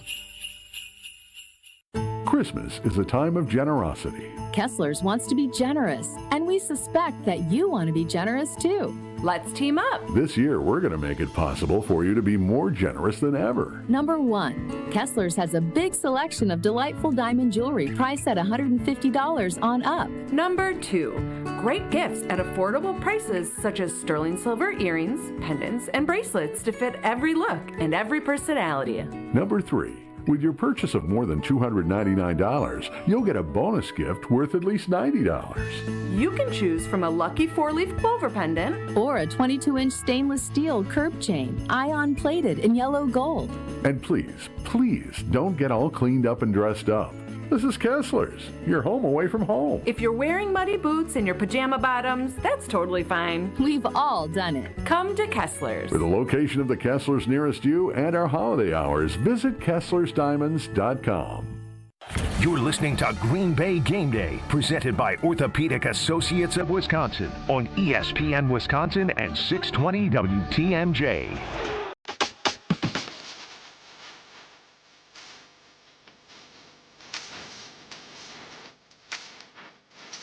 Final thoughts. Wrap it up. Green Bay Game Day, which is presented by the Orthopedic Associates of Wisconsin. There is a difference. Alex Strofe, Gabe Neitzel, Brian Balaga, John Anderson with you for a couple more minutes ahead of Packers Broncos coming up just about a half an hour. Packers are 2.5-point favorites here in what some are viewing as a potential Super Bowl preview. These are two teams at the top of their conferences or close to the top of their conferences with young rosters, up-and-comers. And they have both had really good seasons, all things considered. Now, the Packers have had some lower moments, for sure, than the Broncos have, as they've won 10 in a row. But I would say the Packers seemingly have gotten back into the rhythm. And it goes back to something we've talked about a ton today with our buddy Brian Balaga, and Gabe has talked about it quite a bit as well, and that's the solidification of this offensive line. They've seemingly figured it out up front, and that has opened up a lot of things for Jordan Love, Matt LaFleur, and the Packers offense, and has allowed some of their successes over the course of this 4-game winning streak, which is actually the longest in the NFC, the longest winning streak, 4 games in a row for Green Bay, as they take on the league's longest winning streak in the Denver Broncos. Brian, I want to start with you because I know you're always looking at the game a little bit differently than maybe me, Gabe, or John, being a former offensive lineman, being a former right tackle. And this is a really exciting matchup for those guys up front. They're playing one of the league's best defenses. They're playing the team that is leading the league in sacks by a lot, even though Myles Garrett seemingly has a ton by himself, as we just noted last segment. But what do you make of this matchup for Green Bay's offensive line as they take on Denver and one of the league's best defenses? Yeah, I mean, I think it's probably, I think what we've said before, it's their biggest challenge of the year. And it'll probably be their biggest challenge for the rest of the way. If you had to look down the rest of their games, this is going to be the ultimate challenge for these guys. And I look at it too, and if you perform well on this stage, right, and you do a good job against this Denver defensive line, the confidence that's going to give this group going forward, I mean, you won't be able to put a price tag on it. Like, you just won't. Say you're able to run the ball for 85 yards or 100 yards or whatever it may be, and Jordan stays clean most of the game and there's no bad sacks or anything like that. The confidence level of this group is going to skyrocket, right? And that's like, we talk about Jordan Love peaking at the right time. Like, that's good. Like, we all want that. That's 100% necessary. But the guys in front of them also need to be peaking. And with the way this group has kind of been shuffling around all year, to have them go into Denver and play a high-quality game and you know, put in some good work, the confidence level for that group will grow tremendously. So, like, I look at this not just like, yeah, it's important for this game, obviously. Like, it's very important for just this game. But I'm looking down the line here, because then you start going into the playoff games and you're like, all right, like, we went into Denver, played that defensive line, and played a really clean game. Who in the NFC now are we going to see that we can't replicate that type of performance? Well, so like this is the type of game that builds confidence for a group that is pretty young. It's a young group, right? And you put on a good display on this national audience again. And do a good job, man. It'll skyrocket the confidence of this group. So, like, I think that's one way that I would look at this thing is, how does this, you know, give a group that has kind of been up and down, but steadily rising as of late, how does this performance kind of give them the confidence going forward where we need them to perform well? And that's late in the year here. Things are getting chippy already in Denver. A video posted by James Palmer of The Athletic and Bleacher Report before the game. Drake Greenlaw and Nick Bonito over on the Packers sideline, shoving and needing to be separated by some of their coaches. The game doesn't kick off for about a half an hour, but we've already got a shoving match going on pregame. John, what do you think of that? It's not between the lines, and the game hasn't started. Do whatever you want to do. That's fine. I make nothing of that, other than somebody's an idiot on one of those two sides. Like, unless somebody has done something so egregious that they will not be participating, oh well, get after it. It's 60 degrees. The testosterone's running high. They don't know what to do. My favorite part of the video is you can see Broncos kicker Will Lutz like standing away from where all the shoving is happening, but he's just like kind of watching, just being an onlooker. Gabe, what do you make of this? Yeah, I mean, expect some chippiness. As long as there's no penalty or anything associated with it, it's weird that two teams that never see each other. What's the bad blood here? I don't understand. It's Drake Greenlaw related, I would assume, given his background, but. Interesting. I do have a question kind of related to this about what you said, Brian. You know that this group's got a ton of sacks. They're really good as an offensive line. What's the proper amount of, I have to respect those guys, but I still feel like I can block them. I don't want to be afraid of anybody, right? Like you acknowledge that this is a bigger task than you might against somebody, right? But there's got to be some line to where we're like, okay, but I also can't let them get in my head. I can't let them change what I do. Right. So how do you kind of weigh those things as you go into a game? Yeah, to me, it was always the first two series is how I dealt with that. You understand the challenge going into the game. You understand the guys you're going against. You're watching the tape. You're seeing what they're successful against, right? Like in the guys that they're beating and how they're beating them. You compare that to your game, and you know your own weaknesses, right? Like you know what you struggle with as a player, and you're seeing how they're beating guys and comparing yourself to other tackles and what their weaknesses are. So like you're able to get a gauge on what may give you issues early and how you protect yourself against those issues early. And then I always looked at it as first two series is the ultimate like test of, all right, like, is this going to be that type of day for me? Or am I going to be able to like, kind of withstand this?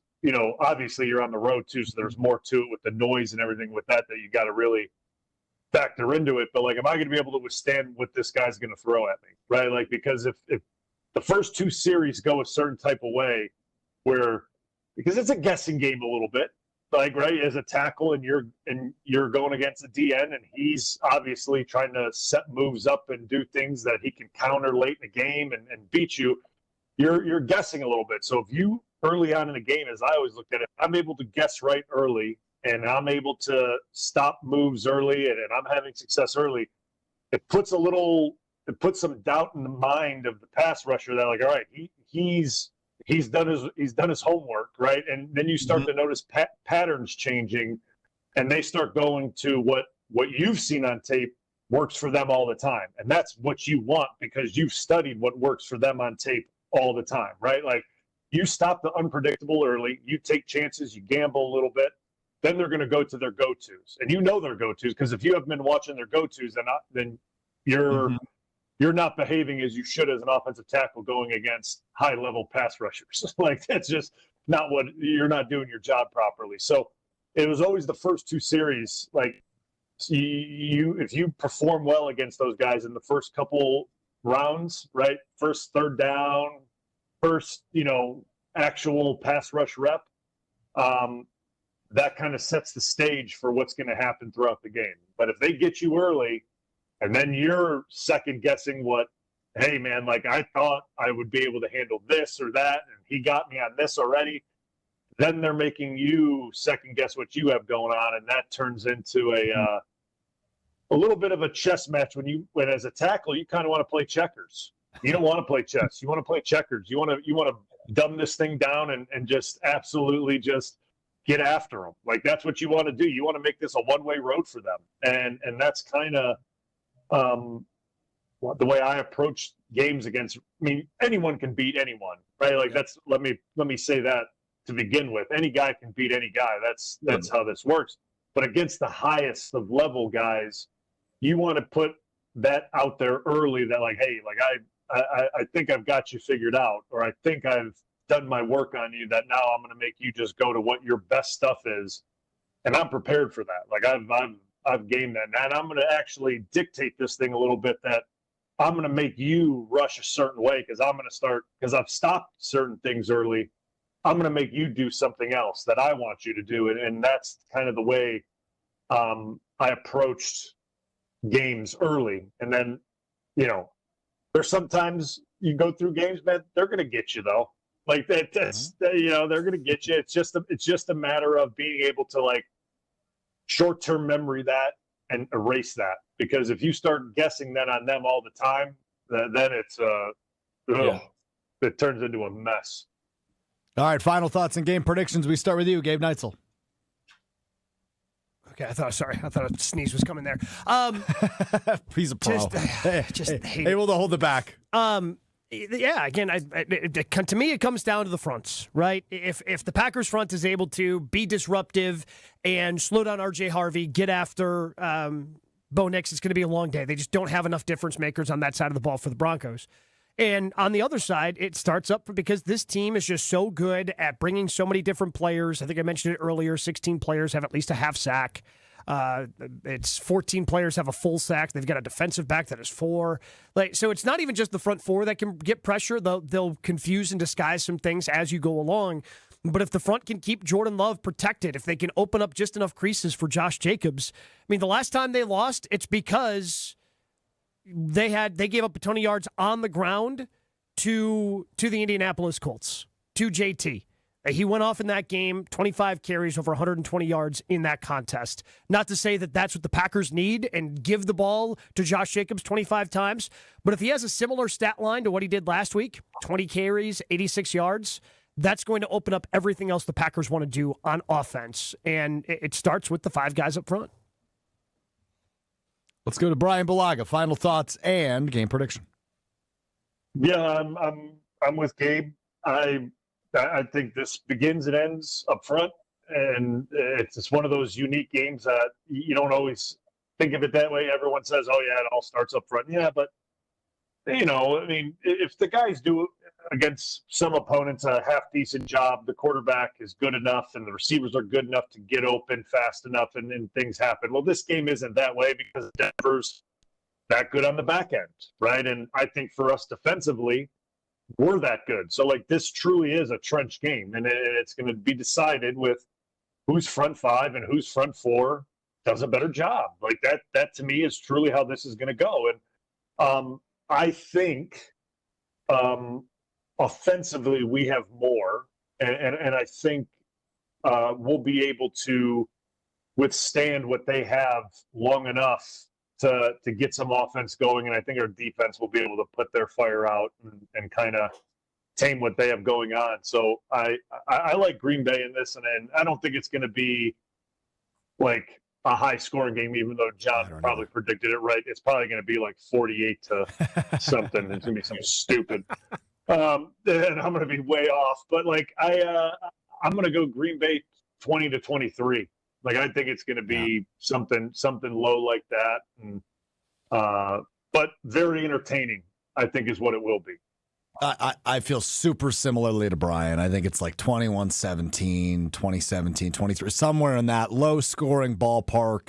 But if you hold them to under 21, I think you win this game. So I'll leave my analysis at that and give the final word to John Anderson. Yeah, so I was thinking it's like 17-14 unless it's 20 points on each side more than that. But the Broncos only seem to win by 3 or fewer, and the Packers obviously, when they lose, only lose by 3. That's the only option. It's funny. I think back to what Jason said about we know our team the best, and so you're the most critical. You're like, they've lost 3 games by 3 points. 2 of them are on the last kick. Like, they're so close to being. Then we'd be like, that might be fool's gold if they were 11-1-1. But I think it's 17-14. I think it's the Packers. I think they're a better team. I think it comes down to there's going to be a lot of the football. Everybody talks about the adversity. I just think there's going to be a lot of these short drives, 3 and outs. There's 4 or 5, and then you go and like who can just stay with their stuff and is willing to invest in it the longest until they finally can make that imposed onto the other team. And I think there might be some really ugly stretches in this game, but I don't think if you feel like you've got them or they may crack, that you need to stay with it. I think if you just decide, we got to try something entirely new after 3 series that don't go well, that's where you kind of get yourself in trouble. So I think the Packers win, and I think it's because they'll be willing to stay with their stuff the longest until it prevails. Yeah.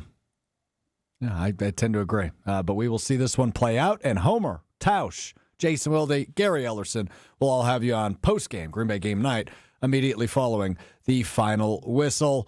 We'll do it again in 6 days as the Packers visit Chicago and the Bears coming up on Saturday night. Our pregame coverage will begin at 4 o'clock on Saturday with the 4 of us and 5 when it's Rob and Jason with us. Good stuff today, fellas. We'll do it again in 6 days. This has been Green Bay Game Day, presented by the Orthopedic Associates of Wisconsin. Hey, Wisconsin, it's football season, and that means it's time to break out the Bandito. With El Bandito